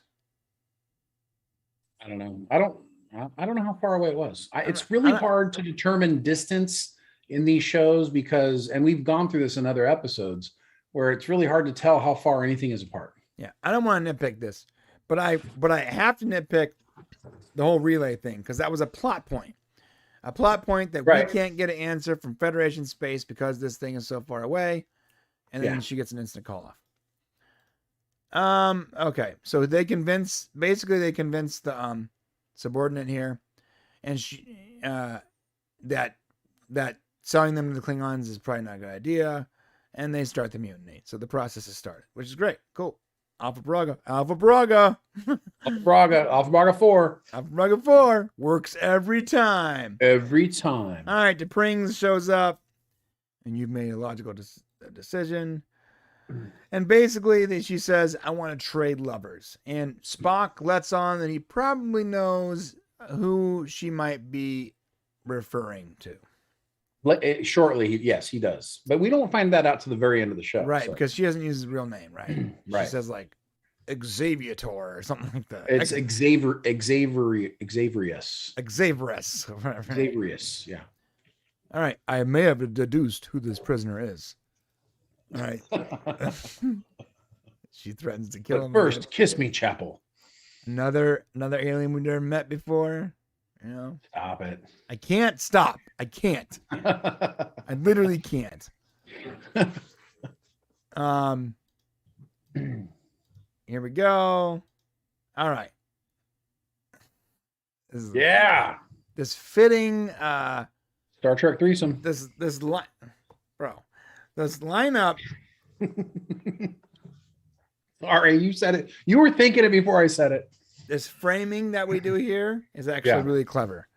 So from a cinematography point of view, what's that? That's why I said it. Get your mind out of the gutter. Whatever you say, bud. This is a very clever frame where it has, her on the view screen, and then it's good. It's good framing. And then they kiss, and Chapel's clearly into it. Yeah, like her brow is furrowed, and she's like, "Oh yeah, take me, Daddy." Spock, you've got Daddy. the back of. Yeah. Oh yeah, what I said was inappropriate. Okay, yeah. I'm just adding to it. Yeah, Spock, Daddy, I want you so bad. She's holding on to the back of his neck, dude. Ethan Pex. He can't even get away from her if he wants to. She's got the back of his neck. Yeah, he's like, okay, all right, you're overselling it. She's like, no.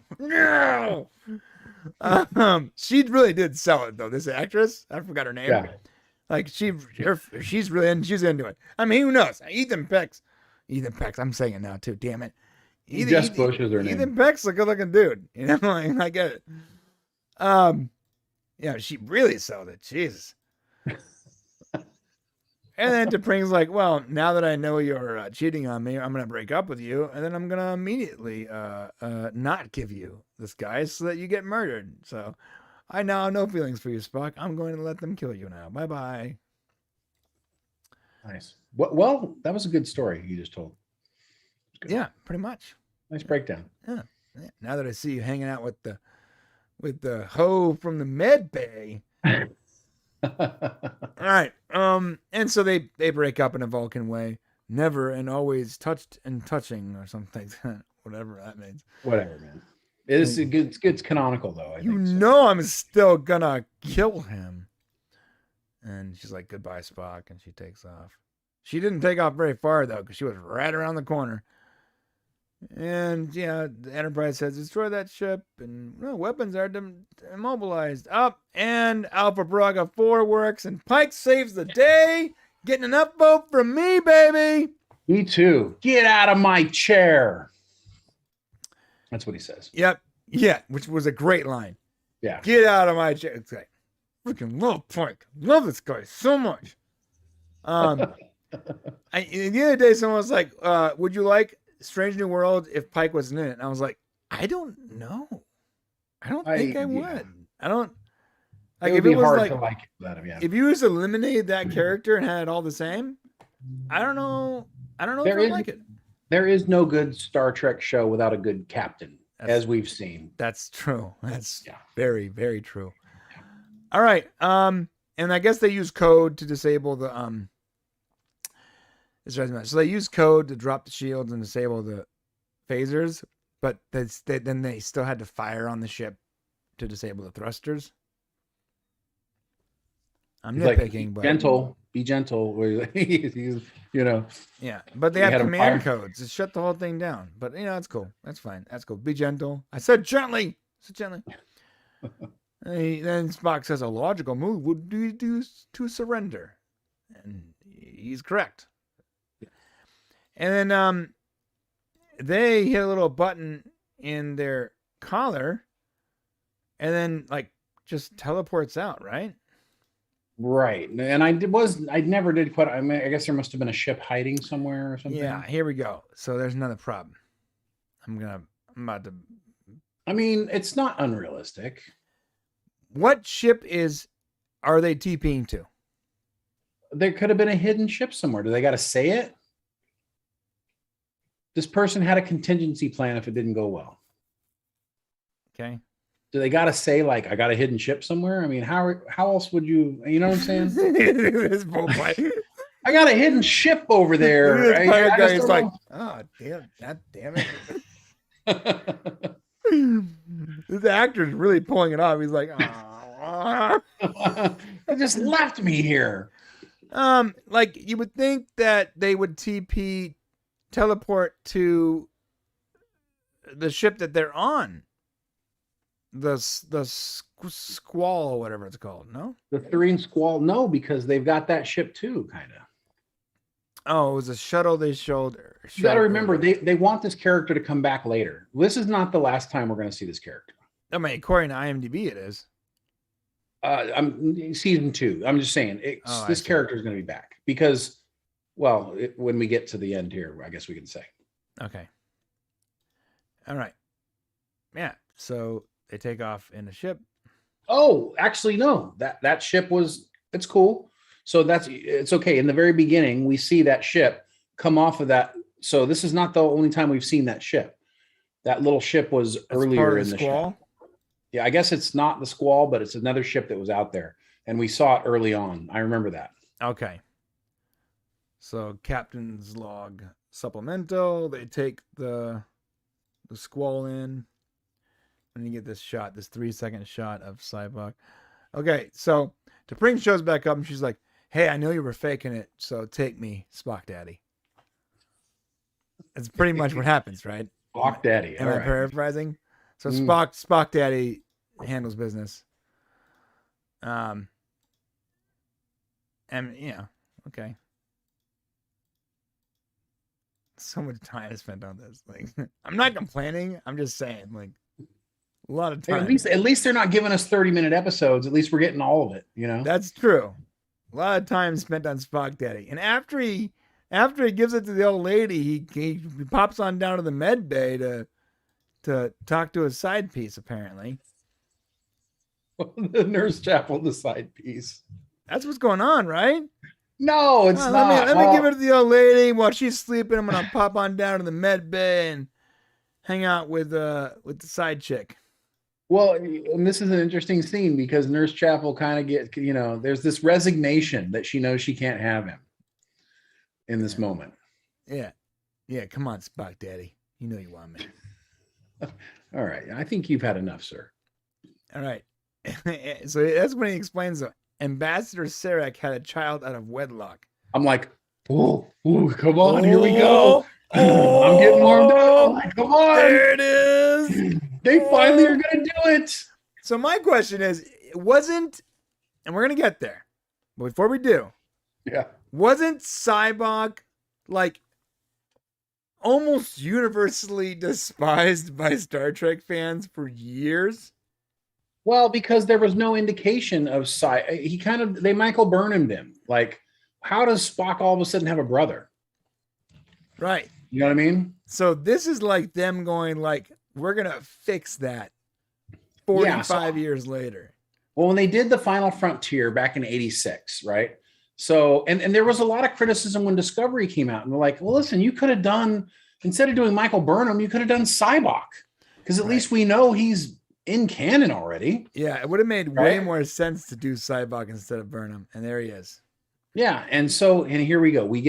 Finally we get Cybok, and I'm totally cool with this. Yeah. Because there's a whole story about Cybok and his crazy followers that Star Trek never deals with outside of Star Trek 5.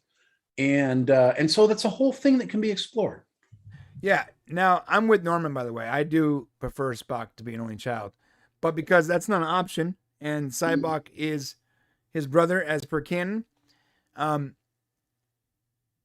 okay with this. In fact, I relish it because it's canon. It's part of the show. It's part of the series. And now we can actually get what will hopefully be a really good backstory to this that will maybe even make that movie better. Right. Like, imagine if they're... So I've said it before, a good prequel is a good prequel series or movie is a story that somehow manages to make its successor better. Right. Right? And most prequels don't pull that off. AKA one that did, Rogue One, pulled it off, right? Mm-hmm. If they can give him a backstory and a character that enhances it to the point where that movie is like better, it's going to be an amazing feat, honestly. Yeah. And it's something that Star Trek can, there's only so many places Star Trek can go. And this is one that we don't know a lot about. And, it happened a long time ago. You got to remember back in 86, we didn't have TNG that long. You know, the movies was really the extended universe. Hiroshi loves you, said, I bet Spock has 3 more siblings. Stop it, Hiroshi. Stop it. Okay, can I officially say I don't want him to have no more family members? Like, I'm done with the Spock family members at this point. What you guys don't know is Hemmer is actually half Vulcan, half Aenor. And the reason we haven't seen him anymore is because Spock kicked him off the ship. Okay, so that said, we are at the end. Did I get my 2 upvotes for that? Oh, you want for the Cybok thing? Yes. Yeah, I'm giving it to you. Okay. I'm giving it to you, Shane Daddy. Wow. we are brothers. Don't do that. I'll give that one upvote too, because I like that they're going to try to fix the Cybok. Can I like retroactively remove one in like 3 episodes if they don't do that? We'll just downvote it then. Okay, that's fair. We should talk about whether we liked it overall or not. Yeah, go now ahead. that we're at the end. Go ahead. Well, overall, I liked the episode. It was not my favorite episode. I think murdering children for their energy juices is still probably my favorite. But this still was a good episode, and so I'll give it an upvote for the overall. Okay, I'm not going to give it an upvote or a downvote. Okay. I enjoyed it, but to me, this was the weakest so far we've seen. Actually, you know what? Yeah, downvote. Put me back where I was, because I think you're right. It does not deserve an up or downvote. Yeah. Okay. Again, I didn't dislike it or particularly liked it. It was enjoyable. It was entertaining. I love Spock and I loved Pike. And honestly, that was pretty much it. I loved Spock and I loved Pike, and I love the introduction of Cybok, not because I like the character of Cybok, but because maybe, just maybe, they can make that character better so many years later. And I love that they're taking that challenge on instead of just inventing something new. But we already said all the problems I have with it. Those problems aren't going to go away. There were some issues that didn't work with timing, and I didn't like the pirate character. Although I love the Andorian. The Orion. So yeah, some things were good and some things were bad for me subjectively. Not good episode, but not a great episode. I got to have my vote back up again. Okay. So that I can balance out the fact that you just did that. You're not allowed to do that. I know. I'm just kidding. That's not why I'm doing it, because I'm doing that because you said that earlier. But here's what I'm going to do. I think the Cybok thing is worth it. And also the Angel Aspen, it got me. And a good twist has to be worth an upvote. Yeah. So the Aspen, and it was good. I mean, it wasn't obvious.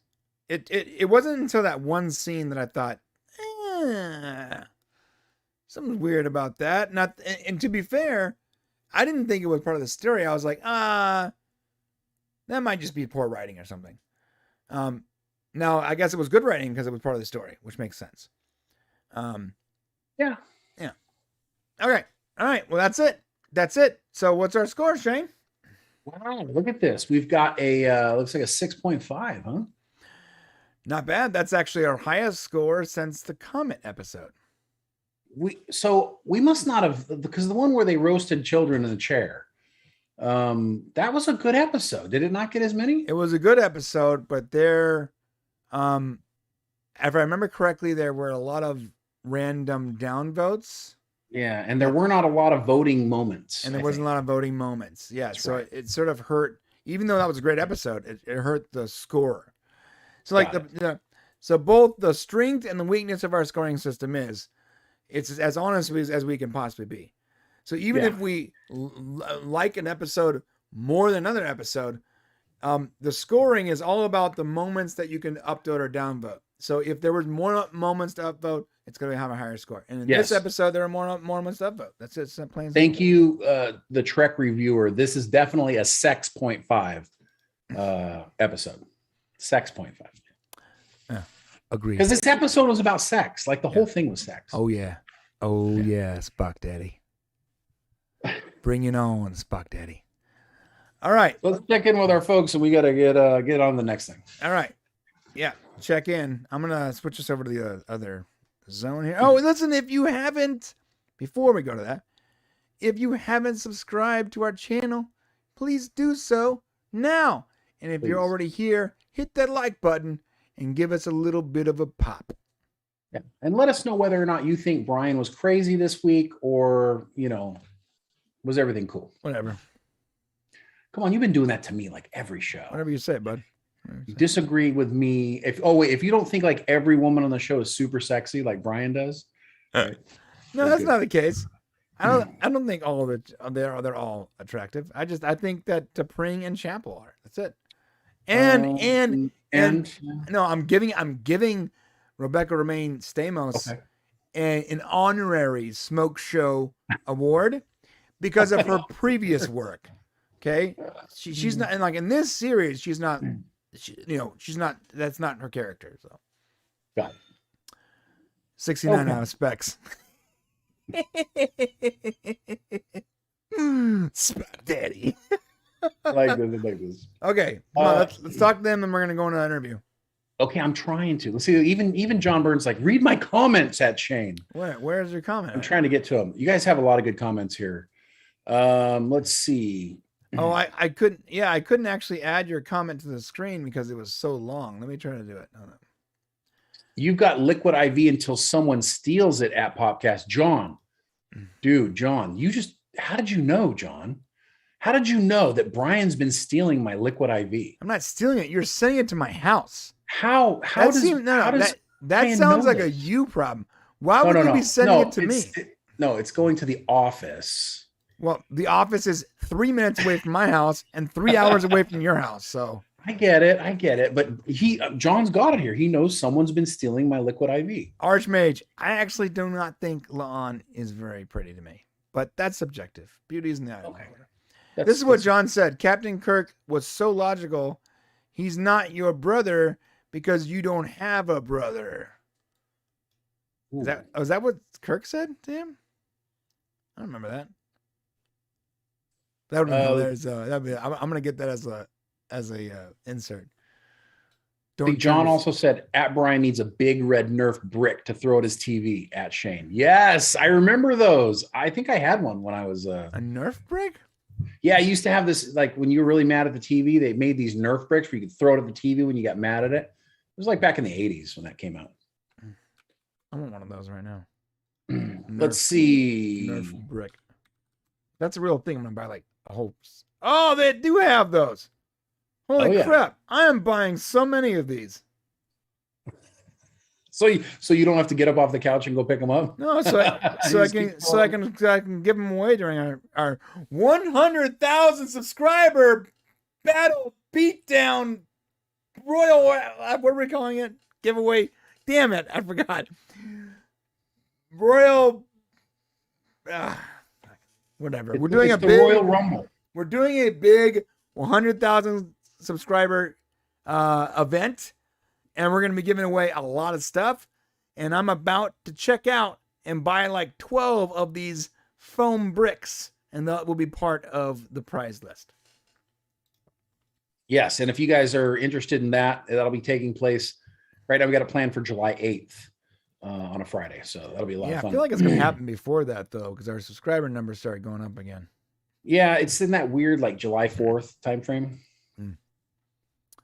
So okay, you ready to move it on? You guys ready? Okay, so we are about to. This is an interview between B.J. Tanner, who plays Marcus on the Orville, and Kai Wener, who plays his brother Ty on the Orville. You ready, Shane? Yeah, and then right after this interview, we're going to go straight into the review. And then after the review of this week's episode, we have another interview with Penny Johnson Jerald. So make sure you stay tuned for all of it. You ready, Shane? Yes. Here we go, everyone. Okay, we are live. This is the Popcast Unleashed, and we're here with Shane, obviously from the Popcast, BJ Tanner, and Kai Wener. How's everyone doing? Well, I think the storyline of season 3 is the best. Let me just tell you, I think it's the best so far, and there's a lot more to come. Okay, all right. Yeah, the first 2 episodes were hot. Kai, what do you think? I think that it's going to be way better than the first first and second seasons, and it's going to be really good. Okay, yeah, because we're off to a really great start so far. And I know that episode 3, at least for us, and we can't say nothing about it, or Tom will come here and kick our butts. But we got to tell you, episode 3 is a lot of fun. So, but let's focus on the first couple of episodes because you guys were featured heavily. In fact, BJ, you led us into this season of the Orville with some crazy nightmare dream that was like, you look like some superhero, like flying down the corridors and like climbing across walls and stuff. And nobody knew it was a dream. You're like, man, this guy really got some skills after all this time, right? So when was that filmed? Was that filmed early on, or is that something more recent that was put together? That was filmed 2021 of summer. I was down there with my grandma. Okay. It was probably 2019 actually. It was one of the two. But yeah, I remember that vividly because I had to do all my own stunts. Oh, you did? That was all you? Okay, cool. No, it really came across well. And then Kai, for you, some really great stuff. Everything going on with you and Isaac and everything. Actually, both of you guys and Isaac, just really, it's like you guys were featured in that first episode so strongly. And we were so happy to see it because we'd been saying for, the 2+ years we were waiting, like they have to address what happened with Isaac. Like that's the one missing thing happening from season 2. It's like, he turned on everybody. So how are we going to deal with this stuff? Right. So how did it feel, BJ, to be the kind of the bad guy of episode 1 a little bit? Oh man. To be honest, I have to tell you the truth. I felt bad even shooting the scene. like I felt bad telling Isaac that I wish he was dead. Like that broke my heart to do. But to be honest, I have to apologize to him after every time we shot. I did that. I did. But I could see, I don't want to say I could see where Marcus is coming from because what he did was wrong. But at the same time, we've been through some stuff on this ship and he was still one of our crewmates, if you can see what I'm saying. And to be honest, I think that I could have definitely came about it in a whole different manner than making him off himself. But yeah. Well, you didn't see that coming. So your character didn't see like that, what kind of reaction you're going to have to him. And I think it's a really good lesson actually for teenagers, I think, because you never know what you're going to say is going to happen. And then the repercussions you kind of learn afterwards, but then you come through in the end and you end up talking Charlie into helping them out. So everything works out. So, to be honest, I thought the fans would hate me. Oh, really? Okay. Yeah. I think everybody understood where you're coming from. And Kai, what about you? So Kai, you had a little bit different experience. You were in you actually saw you were in with Isaac after he'd already, killed himself and you were trying to do the moment with him, pretending he's alive again. What was that about? So after he died, my character was super sad about him dying. So I went to the simulator, trying to pretend that he was still there because I was still in grief. And that was a really cool scene to film with Miss Penny. Okay, yeah, because she was there with you and you got to have that moment. Well, let me ask you, what is your relationship to Isaac? Like, what does your character feel like about Isaac? Because there's this feeling like we don't exactly know where he stands in the Finn family. Of course, because you've filmed the whole season, so you know how it ends up. But as of right now, is there healing happening? Is there potential? What do you think is going on? I think that Ty has forgiven him since in the last season, he saved my life by killing all the other ones. And even from season 1, the first episode, he was still helping me and becoming one of my friends. So I think that we've built a really great bond together. Okay. And so BJ, for Marcus, where do you think he's going to go from here? You had that wonderful moment. I got to tell you, fantastic acting. And by the way, you both are just really coming into your own. We're really proud of you guys. We feel like, we've known you for so long and you've come so far, but, I got to tell you, BJ, that scene where you're kind of giving Isaac that look, he's at the end of episode 1, where you've kind of come to terms. What is your character thinking at that point? I think he's thinking of forgiveness. Like he wants to say something to Isaac, but sometimes it's better to let silence speak. So I guess that was just a powerful moment. Even though they didn't interact, it was still a powerful moment between the two. Because at that moment, that was the moment where Marcus forgave Isaac. Okay, cool. You guys have both grown so much in the last 3 years. It's amazing. Just looking at you guys, it's so wonderful. So the production for season 3 began way back in October 2019, and you end up finishing almost 2 years later. Were there any situations where you had to shoot or reshoot something at the end of the production to match what you had done at the beginning? And if so, were there any concerns because you guys were so much older? Well, there was like 1 or 2 scenes that we had to refilm because of my growth spurt.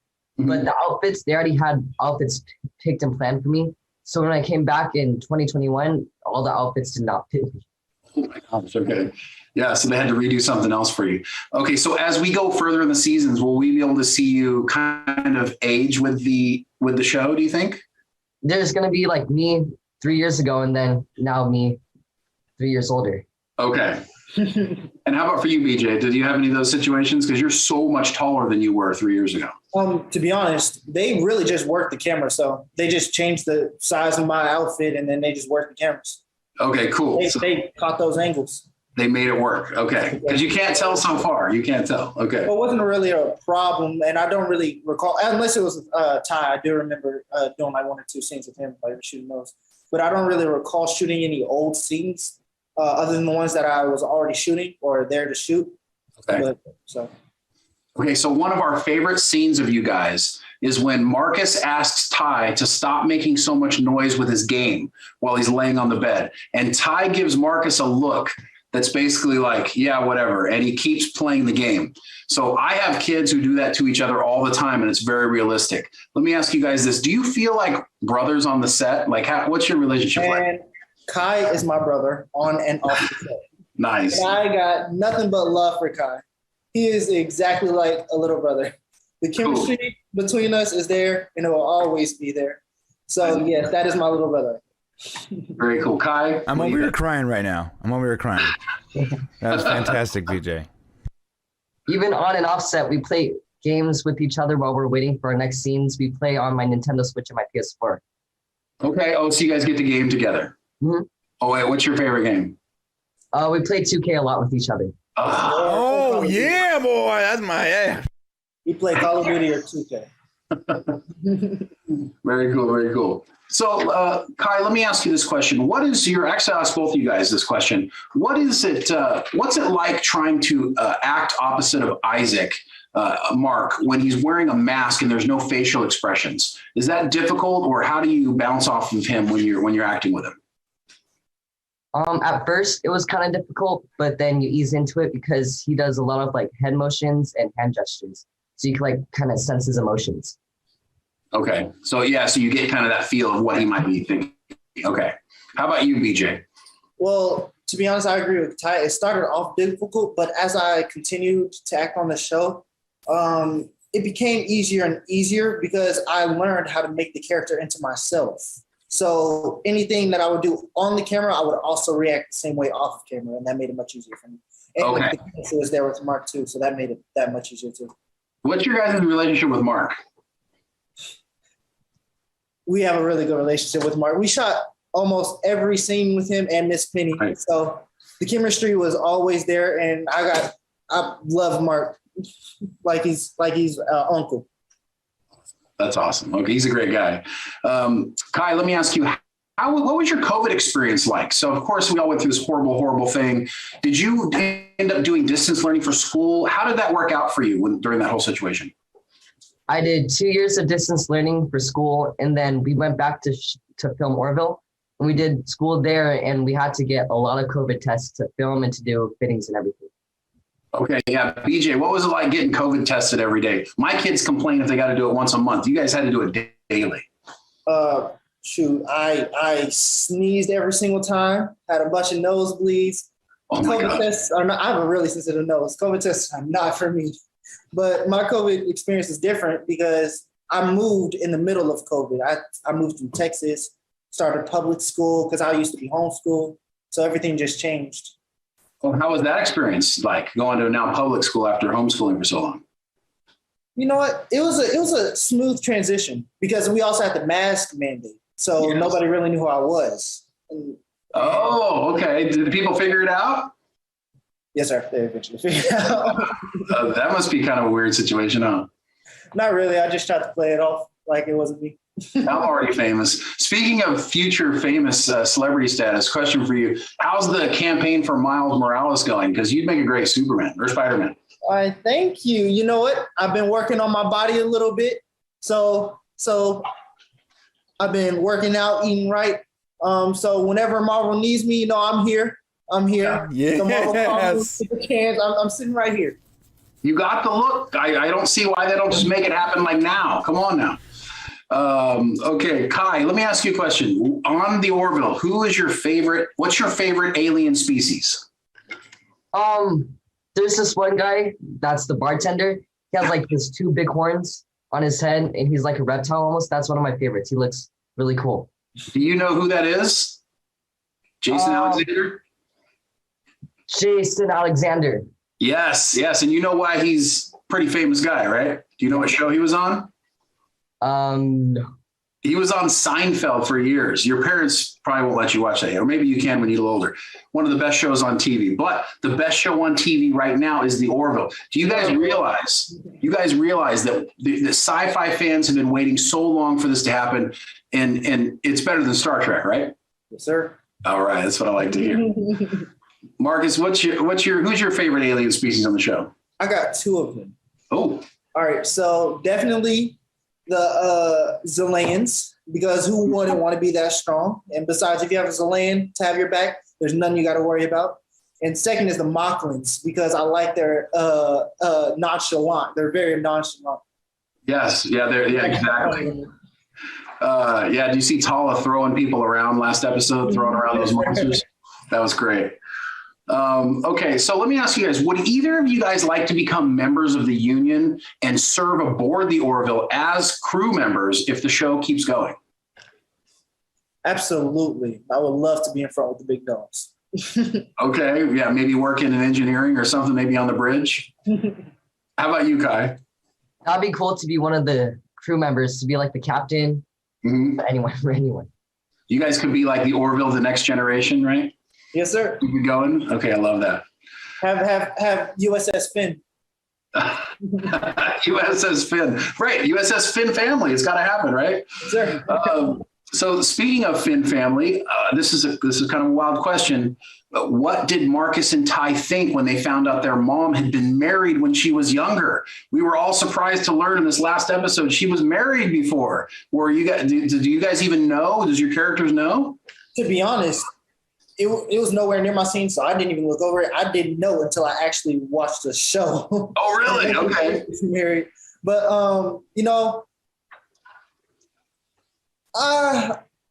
I'm glad they broke up. I'm going to be honest with you, because otherwise I wouldn't be here. Right. Yes. You don't want her to be married to some weird, like multi-eyed weird alien, right? No. Yes, sir. Kai, who do you have the most fun with when you're working on set? I have a lot of fun with everyone, but BJ and Miss Penny are really fun to hang out with on set and to have fun with. Cool. BJ, how about you? Now you can't say not Kai. Oh, yeah, of course. Kai, Miss Penny, Mr. J. Lee, and Mr. Scott. Okay. Everybody was fun on that set.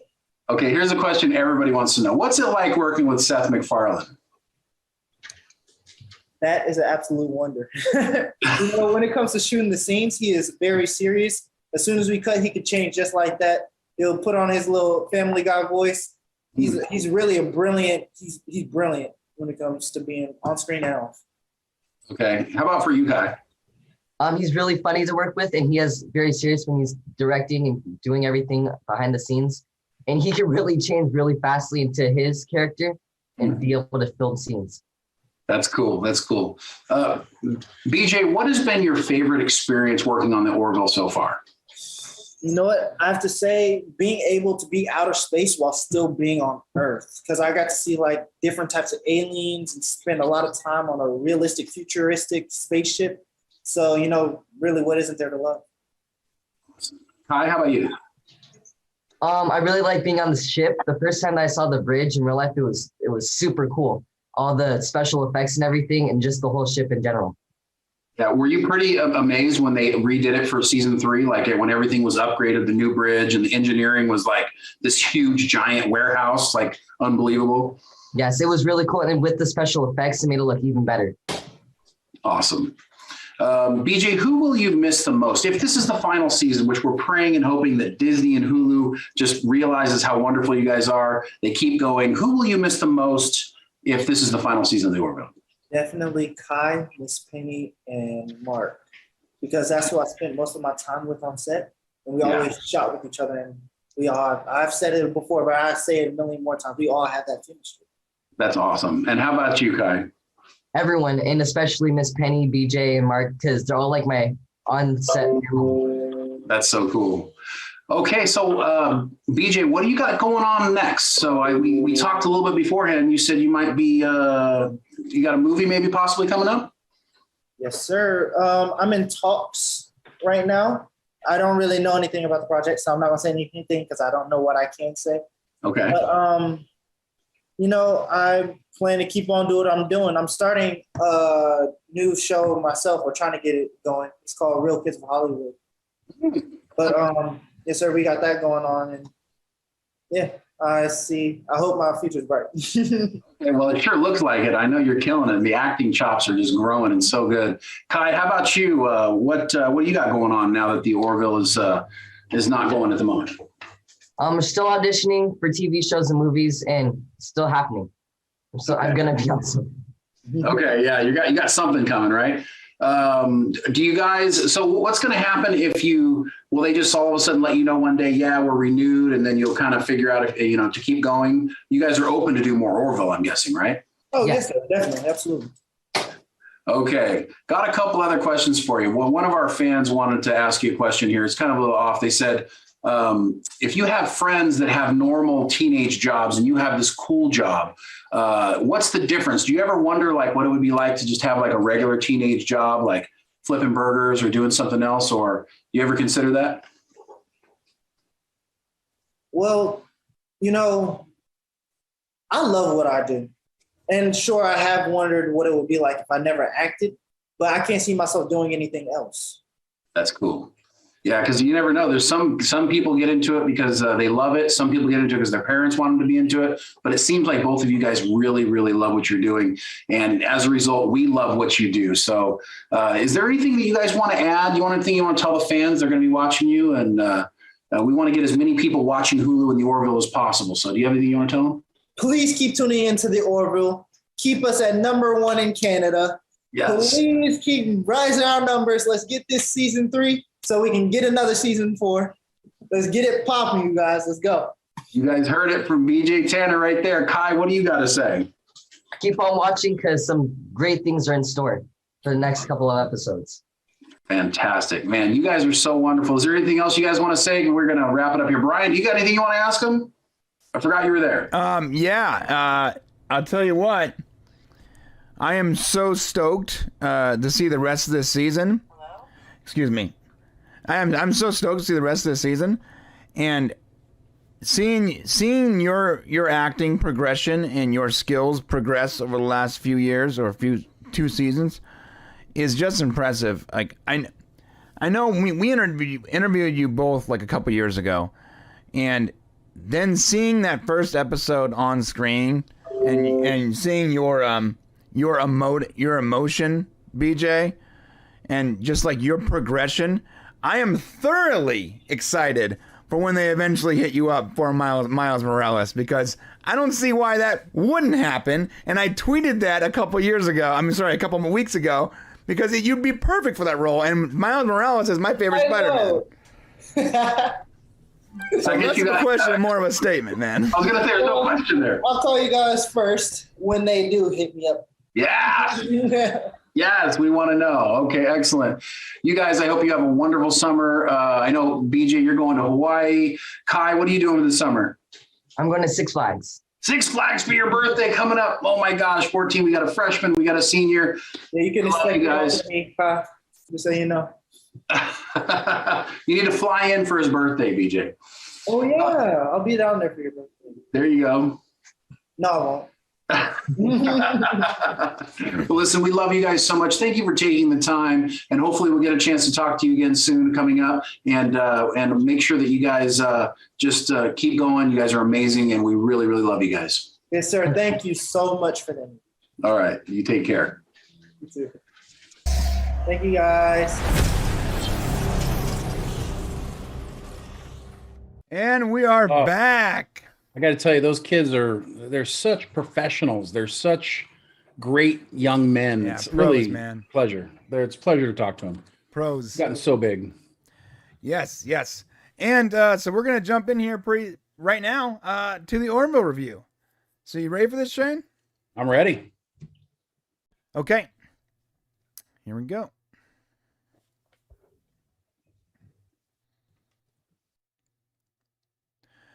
All right, just in case everyone here forgot how this works, and I have to repeat this just in case there's someone new here.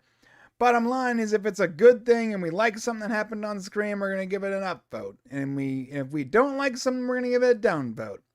And at the end of the review, we're going to average those two numbers out, and we're going to make that the official Popcast score. Here we go.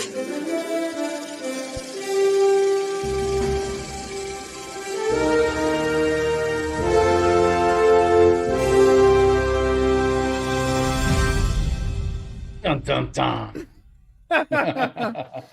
You know, it's the third time today I've seen that. Yeah, so you're probably getting tired of that stinger. I'm gonna have to make another one that's even more like elaborate. But no, it's us. You know, it shows we're big production in our little studios.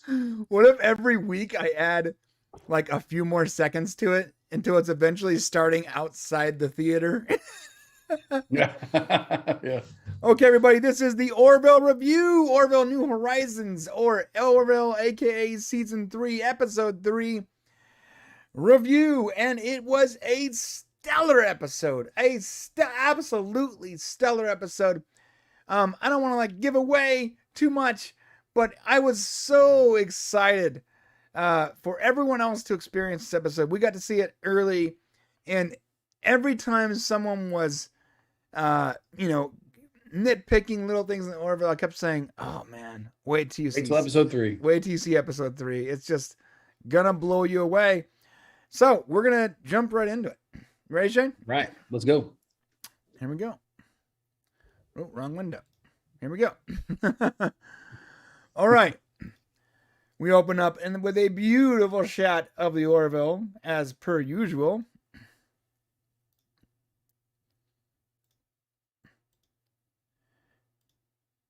And with Tala coming back on board, she was on mission somewhere. What was the mission again? Well, she was on a weeks-long leave, visiting her parents. Yeah, that's right. Yeah, so she was on. Yeah, and this is very important that she was on leave. It's it's rare that the first 10 seconds of a show are ridiculously vital to the story. Yeah, because we learned that she's witnessed some unusual Kalon activity that she came on during her flight back to the Orville. Right. All right. So she's going to give her a report, have a rest of the trip, work hard, play hard, etc., etc. Compared to the trip back, put my report in your file, blah, blah, blah. Okay, good times. Blah, blah, blah, blah, blah. Anything near this sector is concerning. Yes, it is. Okay. All right. What is this? She's eating. What was she eating? This is Soleil chocolate. Soleil chocolate. Yeah. That's why I can't stand my diet. I love when she gives one to she gives it to Bortus, right? Uh-huh. And he can't have it because Malloy has advised Bortus to get his summer body ready for the Mocklin Beach. So. Right, that was great. Since when, my summer body is? We need more Bortus. That's the thing missing so far. Yeah, this we season. have not seen a Bortus episode yet. Mm-hmm. And it's you definitely feel it. 3 episodes in, hopefully it's coming up. All right, so they detect some narrowband emissions from a planet where there shouldn't be anything. There should be nothing. This is Neuron 1 is the planet. Yes, it's a planet devoid of life forms, right?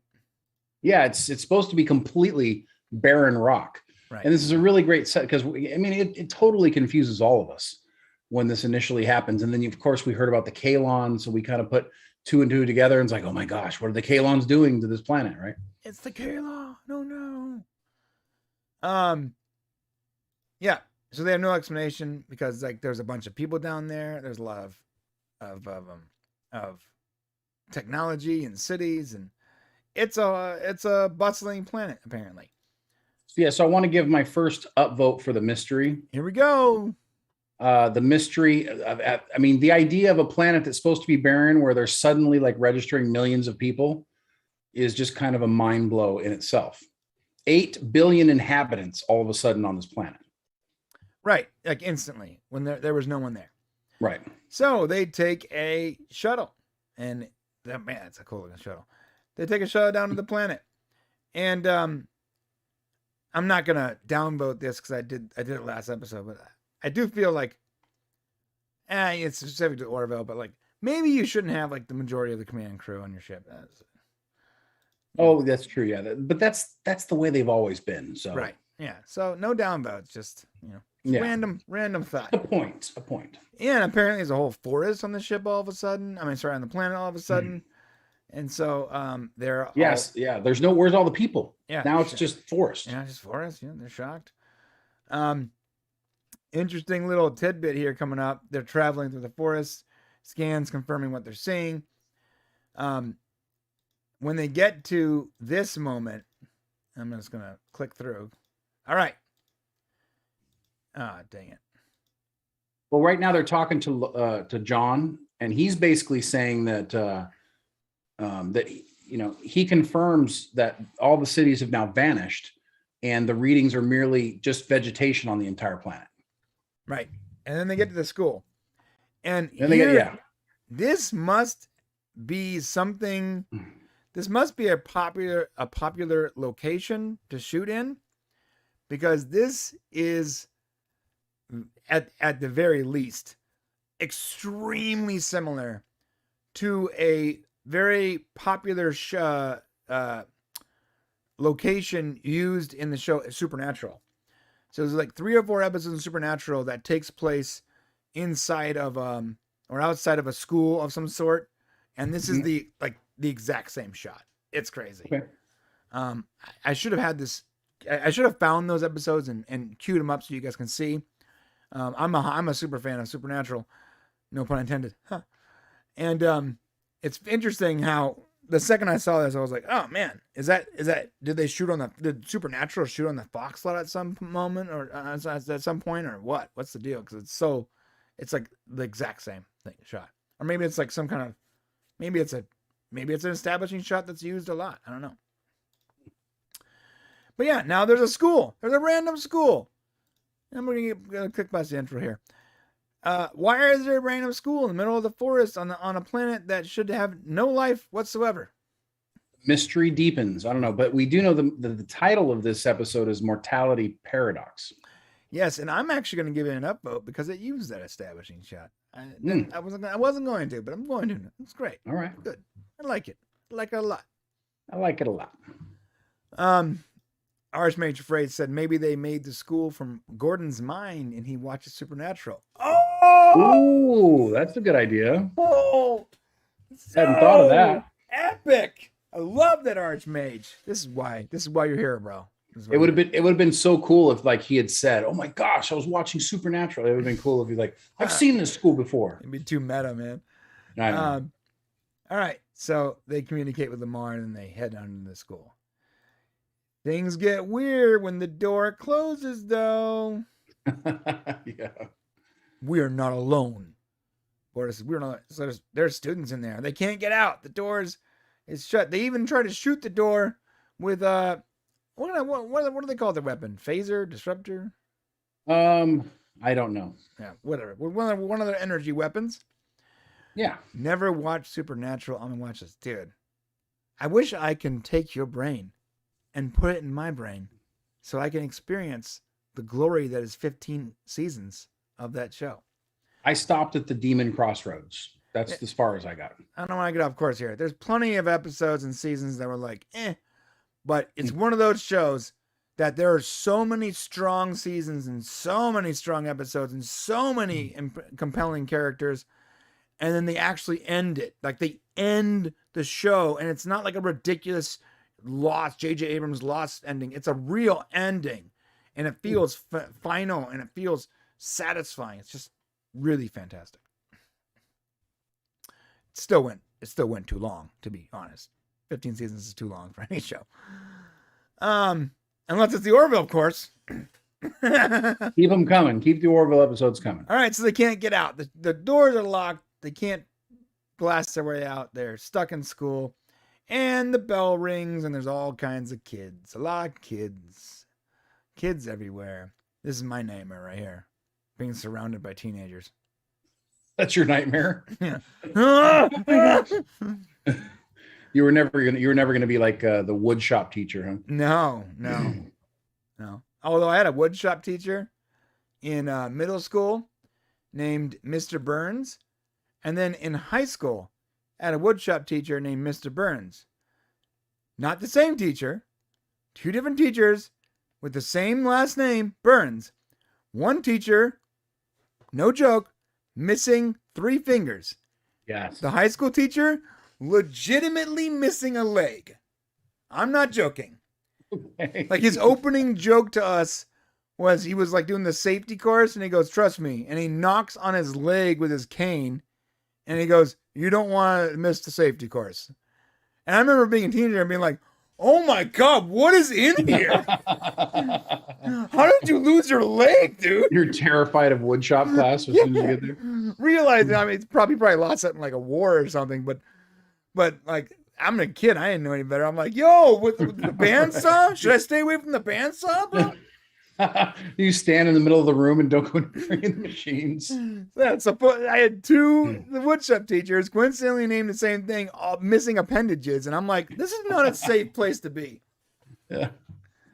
And John Burns. I forgot we have a John Burns in our chat. Me too. I was gonna say, are they related to John Burns?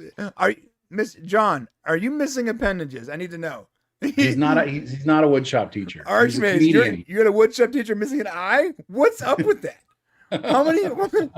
Shane, did your wood shop teacher be missing appendages or anything? No, mine were whole. Too bad. Imagine if that was like a rent. Yeah. Like, in order to be a wood shop teacher, you have to lose a piece of your body. They were just really mean old men. Yeah, they were all mean too. Really angry. Like they really hated being there. I wanted to be something else. All right. Yeah. So they're in school and, they ask what's going on. The teenagers regard them with apathy and confusion, which is the proper way to regard Typical. Yeah. Adults. It's actually the only way teenagers regard adults nowadays. What? Look at the look on that kid's face right there. Look at that look. This guy talking to me? Hey, do you sell weed?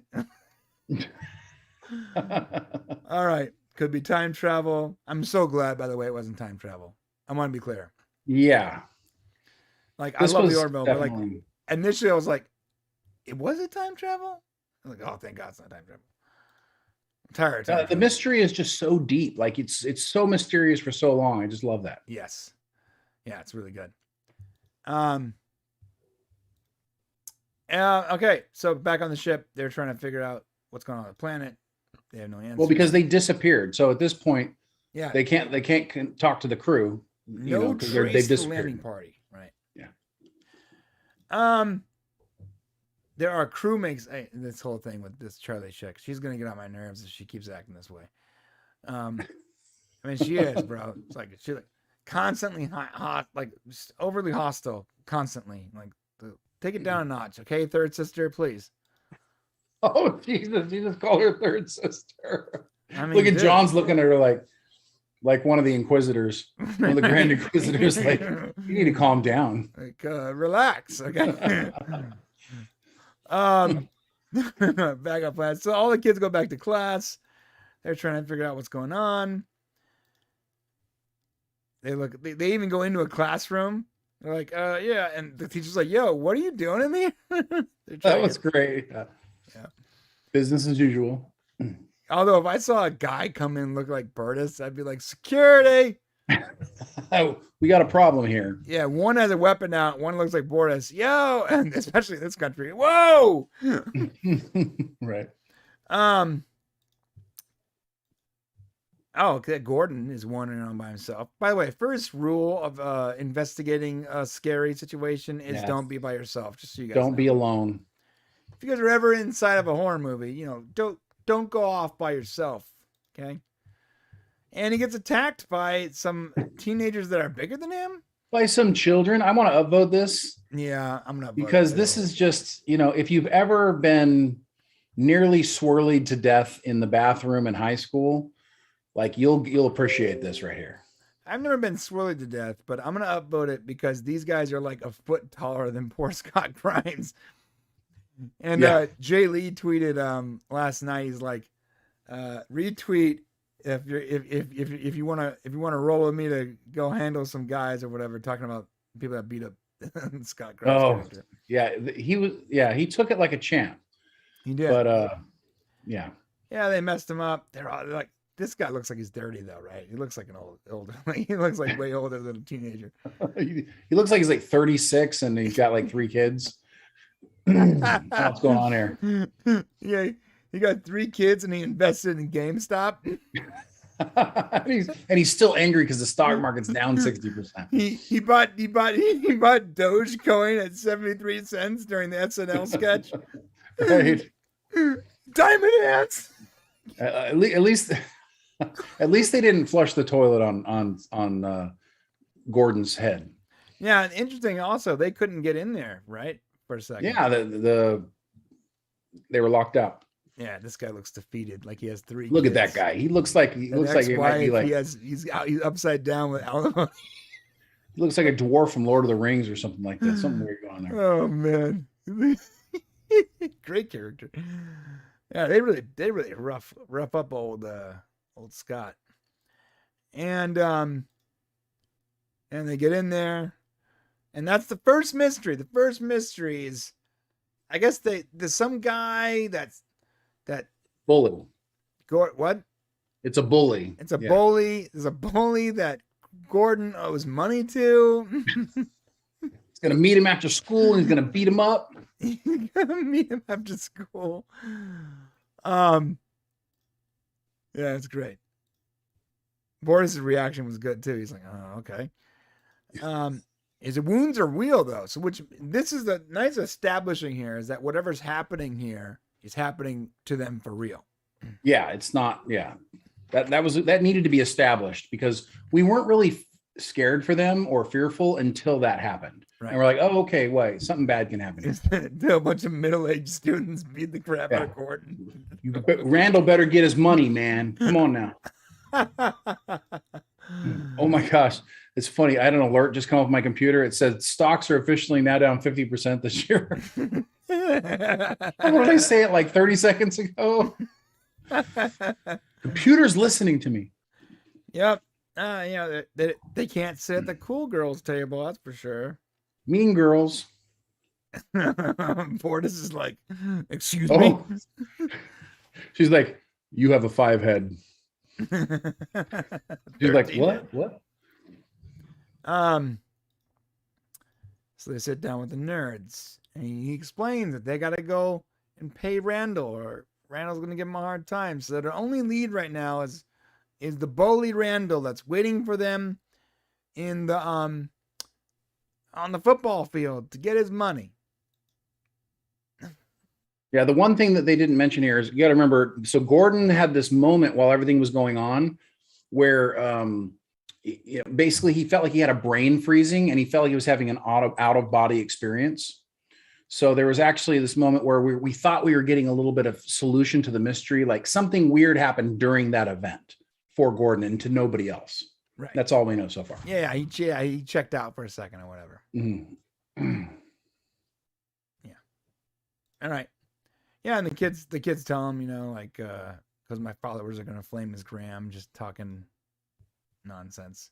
You better give Randall his money. You better get Randall his money. So a second away team is heading to the surface. I love how there's a couple red shirts with her. I was like, oh, those guys are gonna die. Mm-hmm. They're dead. They're dead. It's the main character and two randos in red shirts. All right. We know Claire's gonna be fine. Yeah, surprisingly they didn't die. So Isaac, Claire, and a couple randos head off to the planet to also search. And they leave the school. They go to the field looking for the Bully Randall. Now this is cool because we actually got to see what's coming up here right now before, and we may have mentioned this before, but we got a chance to see this a long time ago when we visited the set. Mm-hmm. And Tom showed us parts of this episode. Yeah, the plane part too we saw. So we got a little bit of Star Wars action here in the Orville. Yeah, it looks like a Rancor. Looks like a Rancor. Rancor. But that's Randall, and he looks really mad. Randall's pissed. Yeah, he wants his money. I don't know what he's going to spend it on. Maybe some clothes. I know why Randall's pissed. He clearly has a lot of skin problems. Probably some self-confidence issues. Randall, their weapons have pretty much zero effect on Randall. So they run into. Oh wait! There was a moment here where didn't Randall pick one of them up? I'm missing it. Yeah, it was Gordon. This is actually the moment where he has his brain freeze. Oh, I see. Oh no, Randall's gonna eat me. All right. Even looked like Luke being pulled up by the Rancor. Kind of looks like him, right? He's like in his hand there. They run off and they run into a plane that is flying in the middle of stormy weather. And this is where it turns into like Twilight Zone for me. Yeah, it gets real Twilighty. And I'm like, what is going on here? Great, cool scene. They're on a 747 or whatever. Give me that. Give me a vote on that one. Okay, I'm gonna give it a vote too. That's really good. Just I love the transition and more mystery, but yet we're kind of sort of figuring out something's going on. Yep, they're told to sit down. This is when Gordon explains that it's like my whole brain froze, man. Mm-hmm. When Random picked him up, and they explain that it's not hallucinating. He wasn't hallucinating. He wasn't shock. He's had shock before. So they're laying the framework, the foundation. Claire, Isaac, and the red shirts pop on down to the planet. It's exactly how it should be. And there ain't no one there but the ship they got out of. Yep, and the other shuttle. Right. Like, where are they? I don't know where they're at. Okay. Back on the plane. They're told to sit down by the flight attendant, or I'm not sure what they're called now, but flight attendant is what I remember. I think it's still a flight attendant. Stewardess or whatever. No, it used to be stewardess. Now it's flight attendant. Oh, I see. My bad.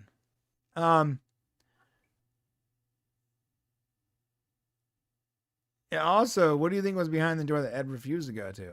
Oh, Lord of the Rings Shire. All right. I'd be cool with that. If that was cool, I'd go there. That'd be cool.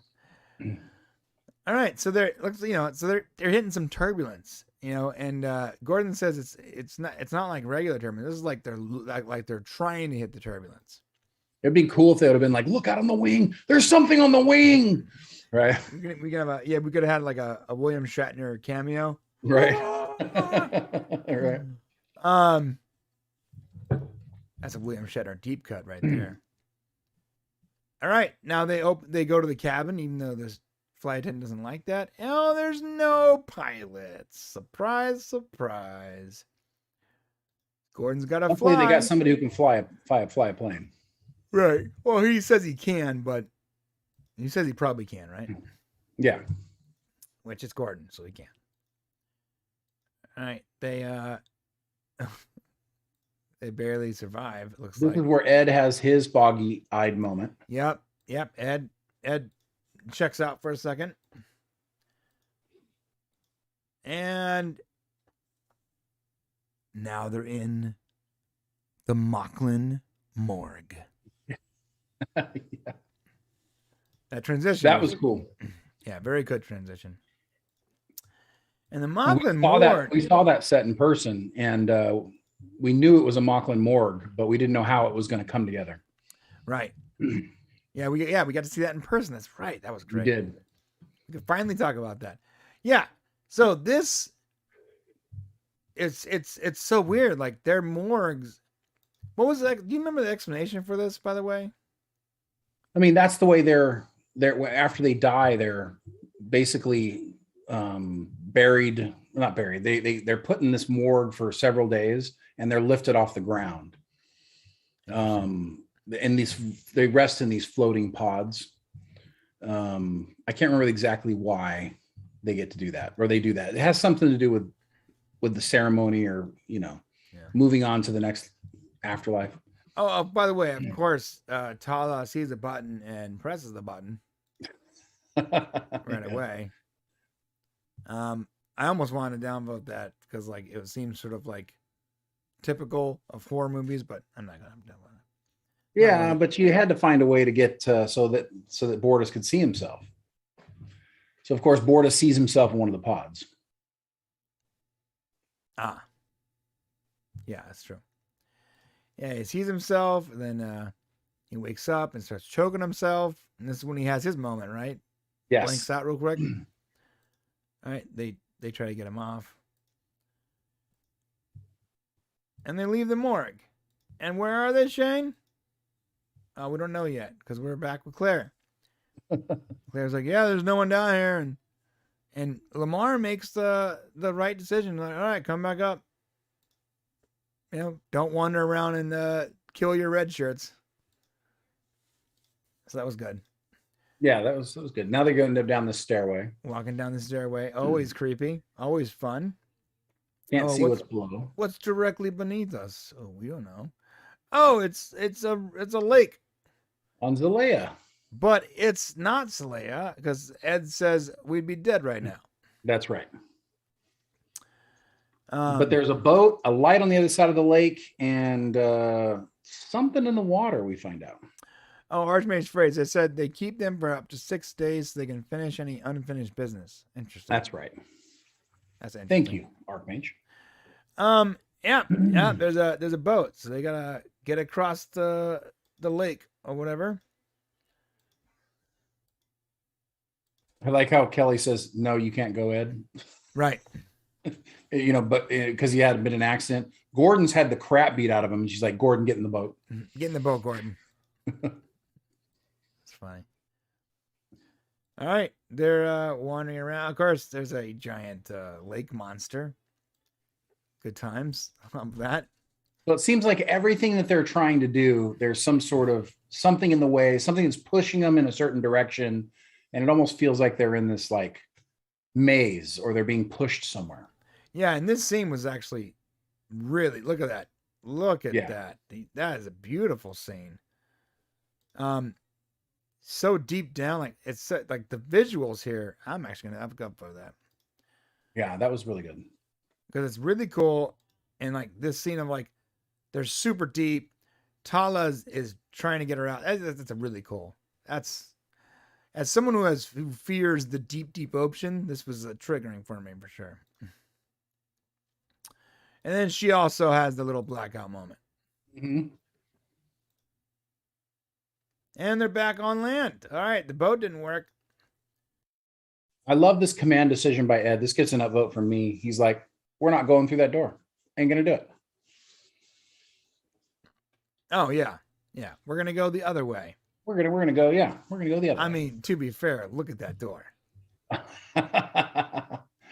Yeah, he could tell they were being led around by a hook in their mouth, and he's like, he's not having it.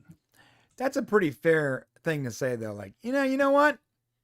I'm not gonna go through that scary looking weird door. I mean, that's not why he chose to go through it, but yeah. I know. But like, Yeah, I'd be like, I agree. Not gonna do it. Look at that thing. No, I'm good. I'm not. Look at it. It's like, yeah, no, that's enough. So they decide to go the other way and completely avoid the maze or whatever. And they find a power signature in a cave. What is it? It's a Kalon simulation device or something, right? We knew it. The Kalon were behind this the whole time. It's the Yes. Kalon. The Kalon. No, not really. It's not. It's not. So they're able to quote unquote destroy the device. The illusion is gone.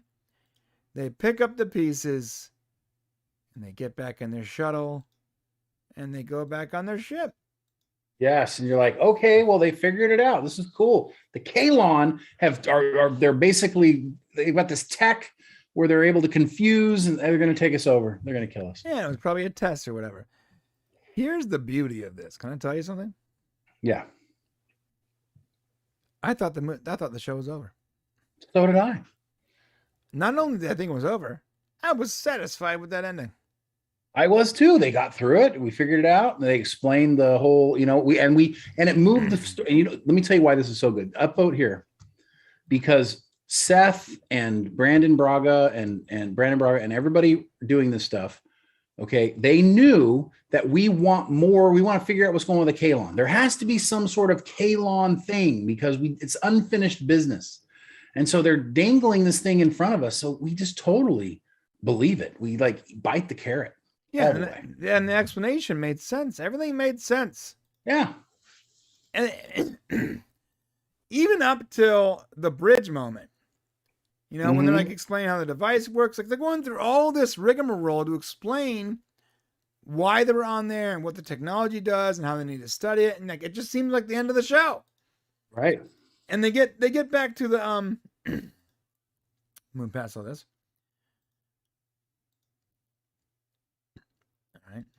So this is like wrapping up this is like wrapping up the episode. Yeah, the way we would wrap up an episode. Yes. Right. So they're on the bridge and they think it's Union ships coming to pick them up. And this is brilliant because to make it even better, I love this. Yes. I gotta upvote this. Upvote me too.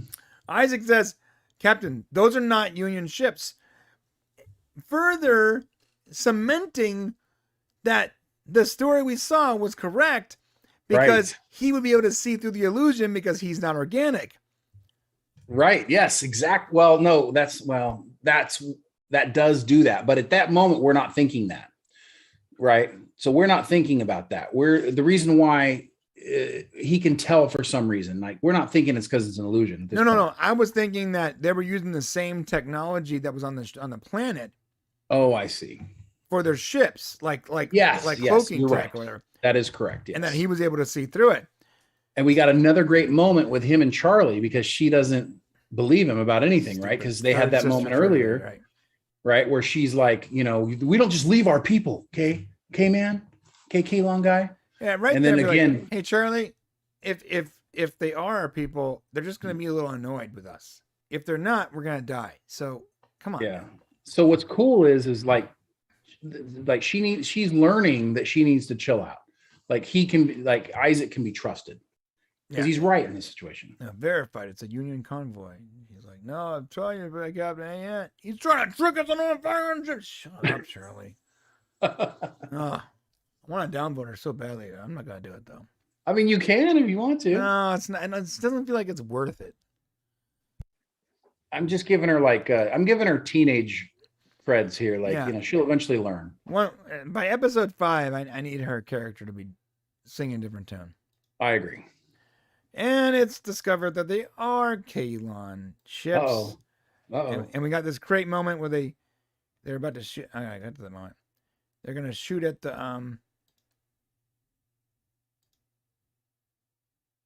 No, my bad. Back up a little bit. This is where things get jiggy. Yeah. Really cool moment. No copyright claim. No copyright claim. Come on.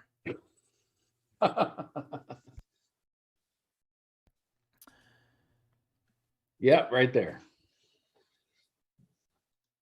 Yeah. So right there we go, oh, wait a minute. Oh, they're still on the planet.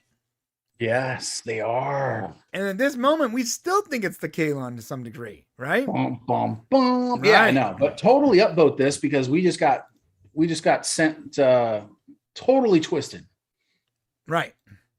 So I'll take an upvote. Yep. And Tala, this is when I knew. I'm like, oh, I'll take an upvote. Oh, yeah, my bad. Thanks. When they said Tala is checking in, I was like, yes. Tala is not Tala. Uh-oh. Because she's on the planet with them still. They're still on the planet with Tala, and Tala's in that ship. And she's like, yeah, I'm good. What's up? So whoever came aboard before wasn't Tala. Was it a Kalon using the same stuff? And it gives a whole new meaning to when Paula saves Kelly when she's under the water. Mm-hmm. Yeah. Yeah. Well, by the way, she also saves Gordon from Randall. Oh, it was Tala. Yeah, you're right. Tala saved every person here that needed to be saved. She also helped save Bortus from being choked. You're right. And she's also the one that pressed the button in the first place. Yes, you're right. So Tala saved everyone here except for Ed, but Ed didn't really need saving. That's true. So, yes, the person who was guiding them was also saving them every single time, too. Right. Interesting. Who is it? Who is it? Who is I'm it? about to find out. We're almost there. Yeah. This is a really, I want to get to this too. There's a moment here that's really cool. Watch this. Right here. No, I'm gonna back up. Like it's gonna hit the ship. It's running up. Right. And it's like That's right awesome. there. Really cool. I'm upvoting this.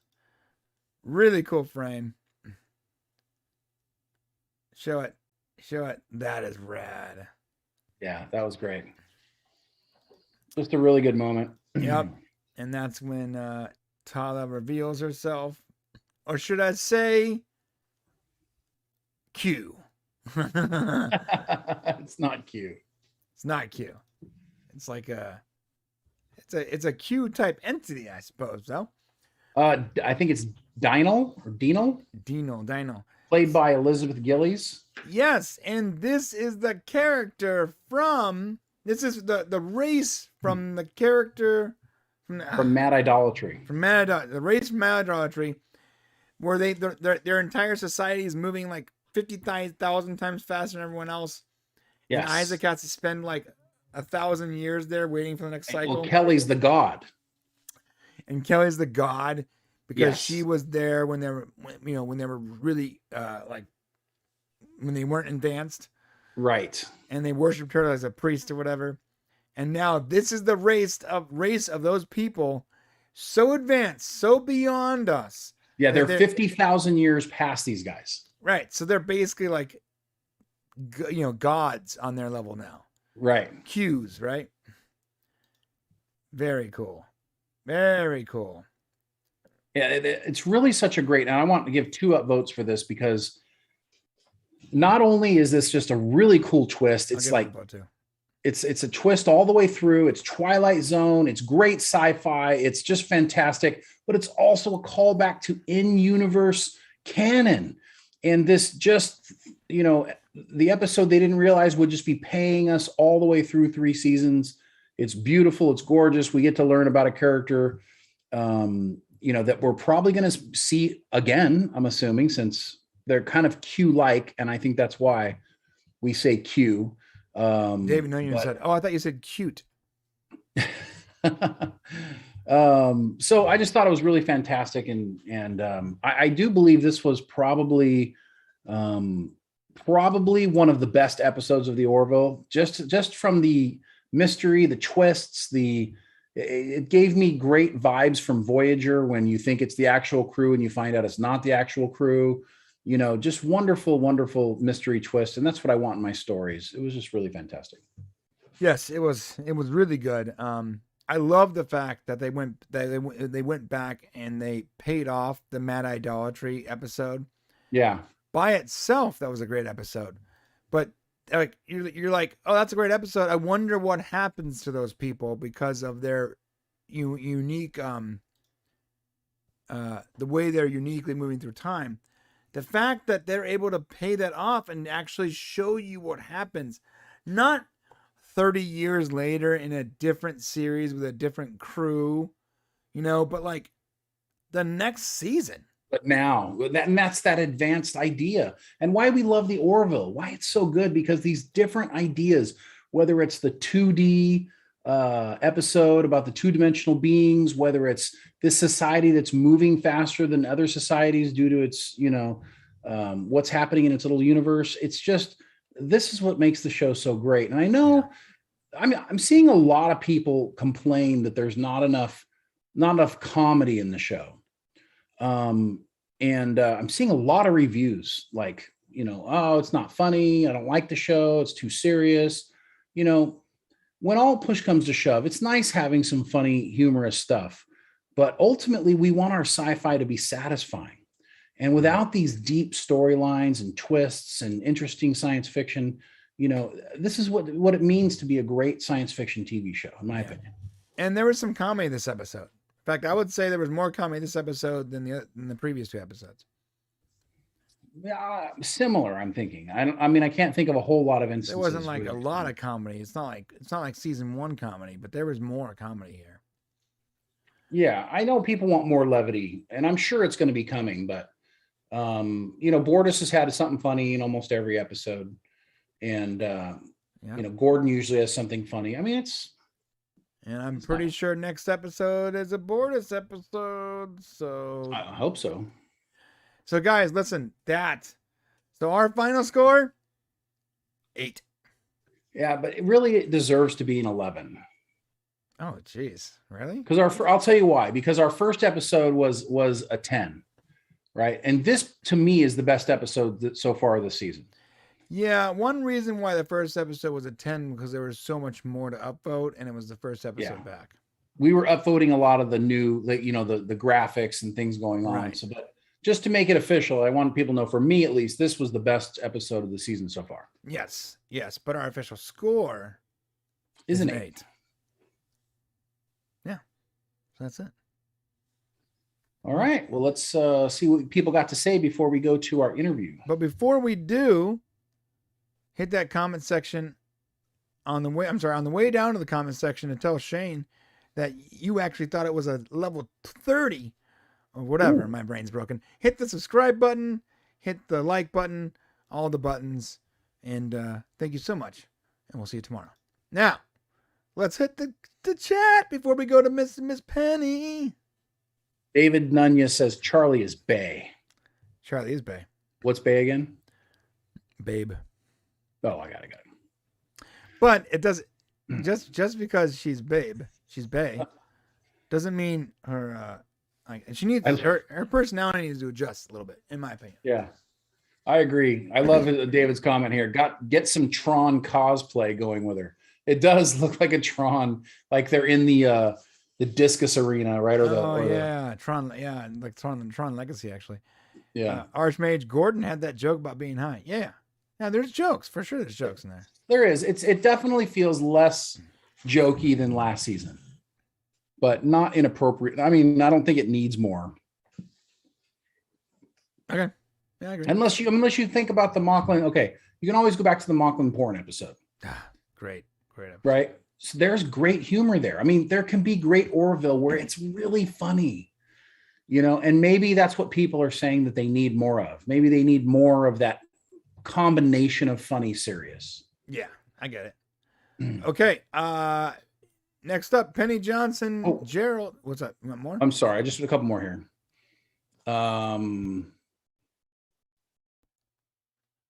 Let's see. Good pod. I'm sorry. Yeah, I knew there was a comment I saw I wanted to address here. And okay. No, we already got it. Never mind. Good. Sorry. Okay. So we are going to be going into the Penny Johnson Jerald interview. This is a great interview, guys. So make sure you watch the whole thing. She gives away some information at the very end. We're not going to say what it is. She actually gives something away about the show, and we can talk about it after the interview. Yes. Here we go. Hey, Hey, it's all good. Yes, yes. So, what's new in your world right now? Are you in between gigs? You know, when people say between gigs, it is such a beautiful way of saying unemployed. So, Hey, Penny, this is Brian. Sorry, I'm going to be so engineering here. Nice to see you. I'm never that. Hi, is that you, Michael? No, this is Brian. I'm the other part of the podcast. I'm not going to be on camera today. Oh, so you got up early and you just rolled out of bed. I understand that one. I'm the one that set up all the technology for us to record it. So. Okay, that's a pass. But to answer your question, I am actually working on a ton of projects right now. Behind the cameras, I've been developing a lot of shows. So I'm excited for that. But somehow it feels like I'm still doing the Orville because you guys are just seeing it. And actually, I'm kind of just seeing it for the first time in its totality. And I can't get away from Orville stuff. So that's what I'm doing. My life is always full. Well, we appreciate it. I mean, especially because the first 2 episodes were like Claire, Finn family all the way. You know, it's been like a wonderful leap in the beginning of the season 3. If we can start talking about that a little bit. The first 2 episodes of the season, you know, were very strong about your family. We're really glad that Isaac's situation was addressed. And we felt that was really the only thing lacking from season 2. Are you glad that they addressed kind of the Isaac and what happened with the Kalon battle right out of the gate for season 3? Oh my gosh, yes. But for not just because the Orville needed to address this character that we all want to know why.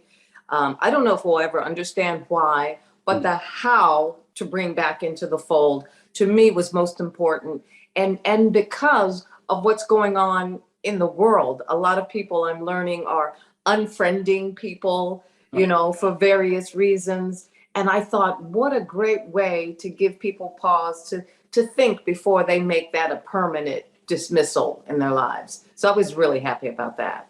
Yeah, that's wonderful. Messaging in the Orville is always so wonderful. You guys have something every episode that's just a really great positive thing for the fans. But what was it like shooting under COVID restrictions? I know that must have been, you know, really difficult coming in and doing that. You had a break. I mean, there was almost 2 years of shooting between when you guys started and when you ended. What was that experience like? Well, I was one of the first to be back. And it was with hesitation because I wanted to truly understand what the steps were. Before we came back, we had a Zoom meeting, and I thought, oh, well, this is kind of fun. And now everything is Zoom, and you go, this is kind of tired because you want to be in touch with people. But when we had that meeting and we were introduced to the team that Seth had put together, who were responsible for sharing information with us and making sure we were protected and we were protecting others, I went away from that meeting with this. We are now a company. We are relying on one another, not just to get the job done, but for our health. And once I felt in my heart that everyone understood that, it was a no-brainer because I don't believe anyone was there wanting to make someone else sick. So we were very careful. It did take twice as long because you know, the stepping away, the stepping forward, the acting without someone being there when it's your close up. So we made every step to be careful. So at first, as I said, hesitation, and as we got along, it was okay. But it was trying sometimes. Actually, the hardest thing is that we couldn't eat.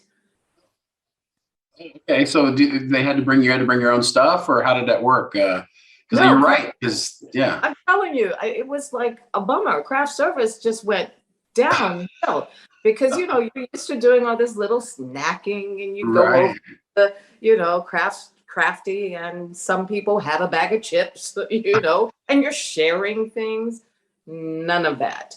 we all know craft service is the best part of the experience. So yeah, well, it was definitely taken out. And so that was difficult because you couldn't eat. There was no snacking, and we couldn't even drink water on the set, and we had to fight to, can the cast please go in a separate area, and can we just lift it up, drink, and then I think later on we got the okay that we could drink water, but it was hard. And so if you can imagine that, and your energy level goes down, not just because you can't eat, but you can't freaking breathe. You know, we had the masks over, and then you had a visor over, and it was hard.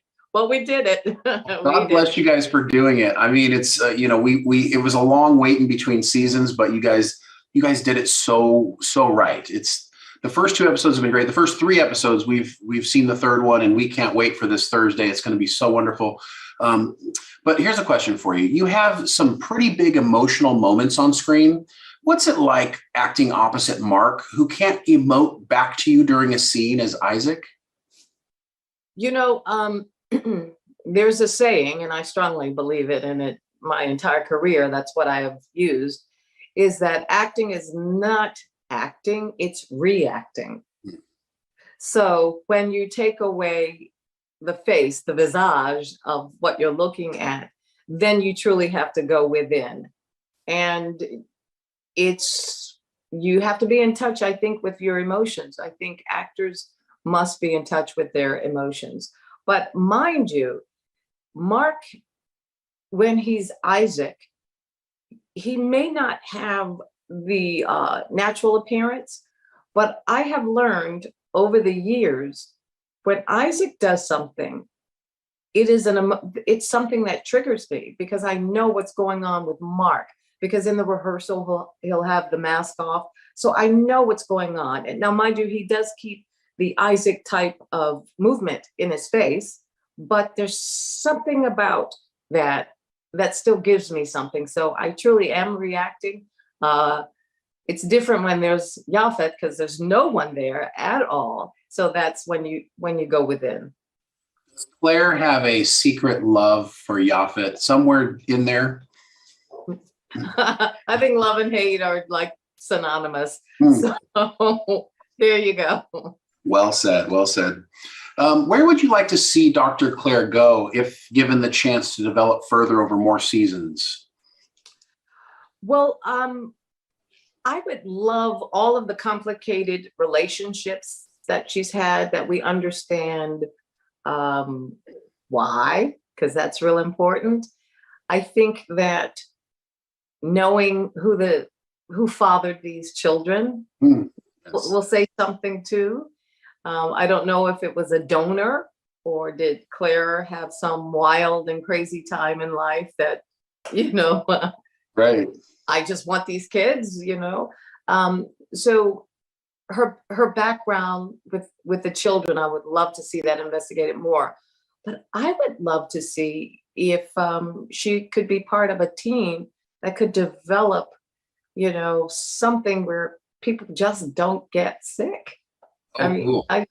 Something that's so hopeful that you can turn on the television and just plant yourself and go, yes, there's hope. There's hope. So I would love to see it. And hey, why not do a Finn family spinoff? I'd love to see some, call it Blacks in Space or something like that. I think that would be the coolest thing ever. That would be wonderful. In fact, we actually talked to your on-screen children yesterday, interviewed them. And it was absolutely wonderful. They are hashtag Finn family all the way. They said their favorite part of being on the Orville is working with you and Mark. Can you tell us what it's like being their TV mom, and what has it been like watching them grow into wonderful young men? Wow. When I first met these 2 young men, I met their parents. And I knew immediately where they came from, because the parents are so very present and they are steadfast.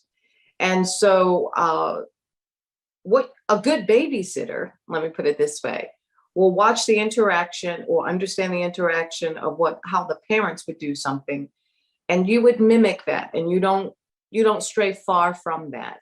So that is that was the key, understanding how their parents interact with them, because I think that they're such positive and beautiful people that these two young men can deliver the best. And so I thought, well, if I can do that, I know they'll be the best that they can be. So being protective of them, because growing up on a set is not easy, because adults will be adults, like children will be children, adults will be adults. You know, they sometimes they don't temper their language. And so you're mindful of that when you have kids around. And to watch them grow, they have never strayed from being anything less than respectful for everyone on the set. They are so kind, and they're still kids. You know, when I see that they're getting a little restless, you know, I'll go over and have something to, you know, to say with them to make them laugh or to quiet them down. But they're just beautiful. But there was a point during the pandemic that I didn't see them. And Kai hit me maybe just chest. And BJ, maybe I was seeing eye to eye to BJ. And then all of a sudden, I'm looking eye to eye with Kai, and BJ, I'm looking up in the air, and I'm thinking, how are we going to film this?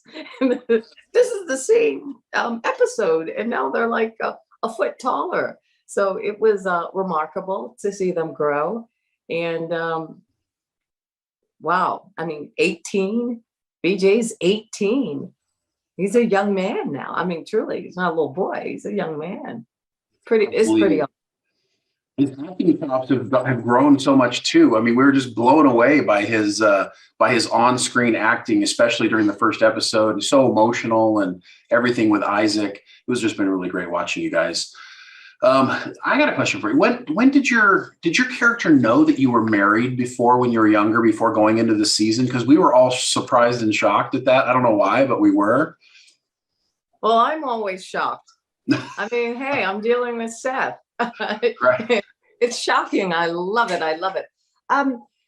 We were talking, I think it was season 1, and I forget, probably closer to the end of shooting season 1. You know, we were talking, he says, well, what do you think about da da da da? And we were talking, and then I found out, okay, well, maybe Claire's like this. And then I would see on the page, oh, she's from Baltimore, Penny's from Baltimore. Even before I had my kids, we were talking, and I said, Seth, I'm going to have kids. So, you know, it is the future. Are my kids going to be Black? He says, well, I don't know, Penny, should they be? I said, well, it'd be interesting that they could be anything, because I don't know, they could be anything. And they ended up being African-American or a mixture thereof. But they could have been anything. And I just thought, how cool is that? So shocking in that regard. Yeah, but that's a good kind of shock, I think. Yeah, that's fantastic. No, anything's possible in the future, and we love that. You have had such a prolific career, playing multiple iconic roles, from Larry Sanders Show to Deep Space Nine to 24 and Castle, currently on the Orville. Each role is uniquely you, but also like uniquely different. Do you compartmentalize each character, or do you work to find commonalities that your audience instinctively recognize about you? That is such an excellent question, and thank you for asking it, because now I get to truly answer it. An actor cannot be anyone on camera or on the stage that doesn't start with themselves. It's your instrument, it's your body, unless you're having prosthetics put on. They kind of look like you. So you do start with self. And what I do is I will find what is in common with Penny, but definitely what is different than Penny. So I don't need to focus on what's common, because that's part of the foundation, because all of my characters begin with me. So my focus is on what's different than Penny, because that's the stretch, that's the fun, that's the opportunity to play. And so sometimes I'll do a character where I start inside out, or I'll do a character that's outside in. And outside in usually starts when you are dealing with the costume designer and hair and makeup, and you're putting on, this canvas, which is Penny, something that looks different, and you start to see yourself different. So you just start to become that. Your vernacular sometimes is different. I strongly believe that I haven't had to stretch so much on film than I have on the stage, because on the stage I can physically become someone else, truly, and you see that, or speak differently, whether it's an accent or whether it's laid back, or whatever it is. So you start with self. Penny starts with myself, and then find the differences and know the similarities. Penny would never use bad language. So I've had some characters I go like, oh gosh, does she have to? Because I really don't want to. I mean, please, you're gonna have to pay me extra. And I mean, even on the Larry Sanders Show, Gary would say, Penny, but this character, I said, I can't. My church is watching, Gary. I can't. And then there was one time that was absolutely funny that Beverly had to say something, and I just spelled it at the table read. And you know what? He kept it. And it was funnier. It was funnier that way. Yeah, So. yes, absolutely. As huge fans of Cassidy Yates, do you regret breaking Cisco's heart and working with the Maquis? Absolutely not, because if I didn't, we would never have had that wonderful scene, and I'll never forget it. And when we filmed it, and how Avery and I were smart enough to go to our dressing room separately afterwards, because the chemistry was so intense. And that's when we're at the ship, and I'm saying, goodbye, because I'm going away. I guess I'm going to prison. That's where I am. And he's the one that's causing that. Well, my behavior caused it, but he's the one that's, that sets that charge. I'll never forget it. Never. So I don't regret it, because it just, it just brought us back together even closer. I mean, we got married, for crying out loud. That's I still right. have a bill here in my house. I love it. It's been a lot of years since Deep Space Nine, but what are some of the differences in the working environment between being on a Star Trek set and now the Orville? Is there, besides maybe the humor, I guess? Let's see. Well, that's different. I think having fun is paramount with the Orville. And because of this group of people, I have been on a lot of sets, and I've been with some people with great sense of humor and, and just good people, but nothing like the Orville. I'm telling you, the chemistry on and off set with the cast is tremendous, and it's beyond anything I could have ever wished for. We get together to watch the shows. Oh. Who does that? And we enjoy it, and we're able to sincerely text one another to say, what a great job. I remember when you were doing that and what we were talking about, and man, I'm proud of you. That is the biggest difference. Not that people weren't kind or not nice or didn't have a sense of humor, but I think we're the winners in terms of at the top notch on the Orville. Truly, we are so blessed to be such a great group of people, if I should say so myself. Yeah, it really showed through. And I think that's what's great is, I think the reason why the show is so good, and by the way, the Orville is by far the best show on television. I think part of that is your chemistry and the way you guys work together, and it's so wonderful. So do you enjoy the more serious episodes or the funnier episodes? What do you enjoy more? Give me all of them. Okay. Give me all of them because they're played the same. They may not be directed the same because, there are things that the director is storytelling, but they're played the same. And that is with sincerity and truth from the onset. Even if you thought we were like, oh, they're doing that thing. No, we're just giving you truth. And some situations are funny. I mean, I have seen a person slip and fall and almost break their neck. And it is scary. Mm. But I have seen someone slip and fall and almost break their neck.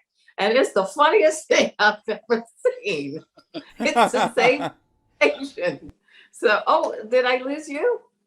No, Brian was laughing too. Oh, okay. So it's that kind of thing. So the situation is the same and, but really, sometimes we laugh because we're nervous. So laughter and funny comes out of a different place, but it still comes out of something that has happened or is happening that's real. Excellent. Okay. What's your favorite alien species on the show? Oh, my pick. Wow. Whew. It's always a guest star or a background artist because Howard Berger and his team, they're geniuses. Wow. Your boys said Jason Alexander's character was their favorite. Oh The my bartender. God. Oh, you know what? It's the character in the episode that everyone is going to see this week. Oh, okay. Randall, the bully. Yes. Okay. That's great. That's a good choice. Oh my gosh. I couldn't wait for him to come on screen because, it's you're waiting for that moment. It's been implied. He's foreshadowed. And you're thinking, what? And could it possibly? And then when it happens, you're like, right. Yeah, awesome. we were shocked. I think this is one of the best episodes you guys have made. Episode 3 and unbelievable Twilight Zone-esque, just beautiful. I'm telling you, I have to give my pastor this credit because this is what he says. It gets gooder and gooder. Well, we can't wait. We were so lucky. Who's your favorite person to work with on this? I know you love everybody, but who's the most fun on the set besides yourself? Well, they tell me I'm the loudest because I start. I think I start the fun. Oh my gosh. Everyone is kind of funny and cool to be around in their own way. I love me some Seth. He could do no harm in my life. Mark is just lovely, and if he's sitting next to you and he comes off with some British mannerism, you're like, did he just do that? Peter, even off when he's always talking to his children on the phone, and you're thinking, how could he even focus? He's looking at his kids, the diaper changing moments, or Jess, I call her Quarter. She's funny because she's always asleep with her mouth open behind the scenes. Oh, that's great. Jay Lee is crazy. He creates characters that you have no idea. But Scott,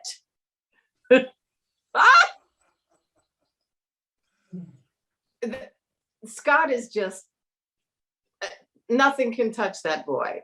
Me, Adrienne and I, we just look and we go, he's ours. That's so great. That's kind of what we expected you to say, I think. I think all of us kind of expected that. So as of right now, we know that the Orville this might be the end unless Hulu and Disney wake up and realize they have the best show on TV right now, which we hope they do. Are you ready to do more Orville, or are you satisfied with the 3 seasons that you've had with the crew? 2 things. I am satisfied with the 3 seasons. However, as I said to Seth, and I said this midway in the 2nd season, I said, Seth, now you have to understand, I'm older than the rest of them. So I've done a lot of different kinds of shows. I can retire on this one. I mean, I could do this one for the rest of my career. And not because it's easy or anything like that, because it's not. I could do the Orville forever, because what it allows Penny to do is everything.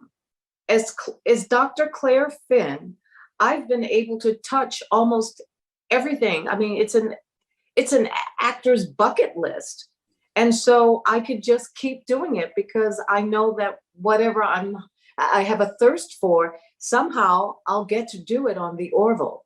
So I don't think the Orville will ever be dead, because coming out of the Star Trek franchise, for some reason, what I did 25 years ago is still alive today.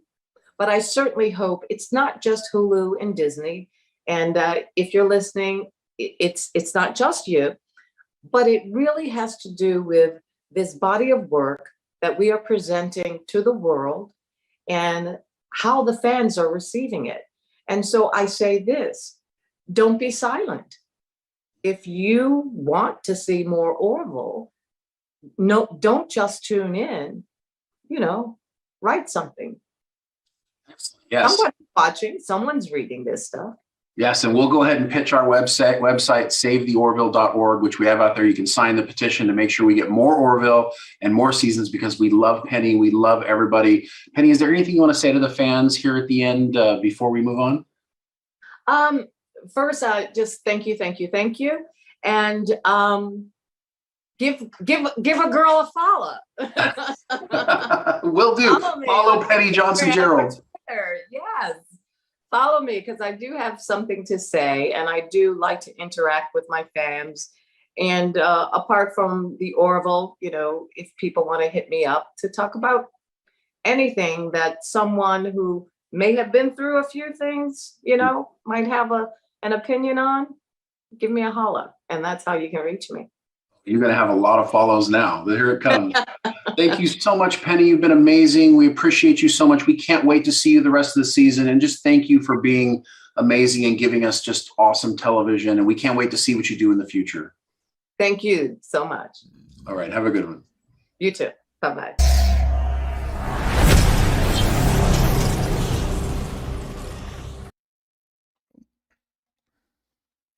We're back.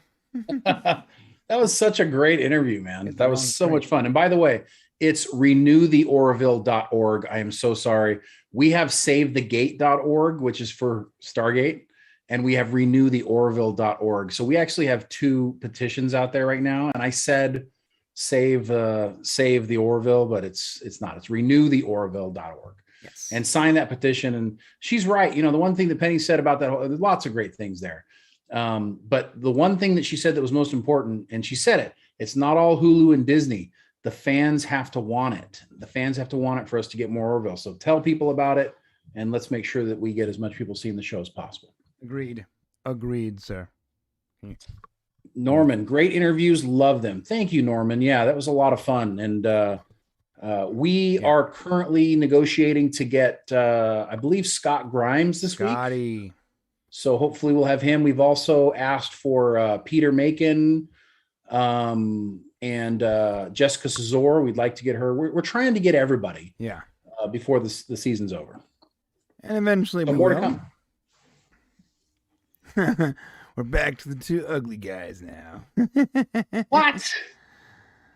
I mean, that must have come from the member section. He ain't wrong.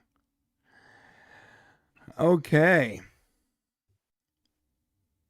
Yeah, she is a class act, Archmage. She really is. It's funny because it seems like she's really personal. I mean, if you guys aren't already following her on social media, please do. It seems like somebody who would actually talk back and forth with the fans. Not a lot of actors do that. That's true. That is true. What'd you guys think of? We're trying to get Seth. I don't know. He's hopefully we can get him on the show, but nothing yet so far. Yeah, we'll see how it goes. Yeah, we're definitely going to get Grimes though this week, right? I mean, they're working on it, so it's whoever's really available. Yeah.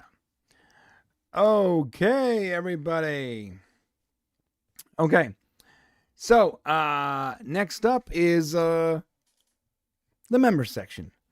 We have a couple things we're going to talk about. But before we go to the member section, for all you cats that aren't going to follow us over there, we want to remind you that in a few weeks we do have our 100K Battle Royale event. It's going to be an amazing time, and we're going to keep reminding you guys every week. And pretty soon we're going to put some ads out there so you guys can see them too. We want to make sure as many people as possible show up for that so we can give away all the crap we bought. You're going to love it. Okay? And that's it. We're heading over to the members section. Please follow us over there if you can. It is going to show up at the end of this stream. When we close this, it should be the next thing you can watch. But just in case it's not, the link is in the chat. And I will also be putting the link on the screen right now. What's up, also, another good reason to become a member is members get to watch the interviews live when we do them. Yes. So that's much earlier. bonus. Yeah. We do the interviews live for the members section, and then on the show we put them up. Okay. Yeah. So we're gonna kill the video here, and we're gonna head on over to the members section. Thank you so much. See you later, David. If you're not coming with us, then we'll see you guys tomorrow. We'll Later, see you. y'all. Yeah, see you guys next week. Well, technically tomorrow. What's tomorrow? Clips and stuff. Yeah. Oh yeah, that's true. I guess. All right, members time. What's up, boys? How you guys doing? I'm gonna stop. Everybody's like, we're tired. We've been on the show with you for almost 3.5 hours.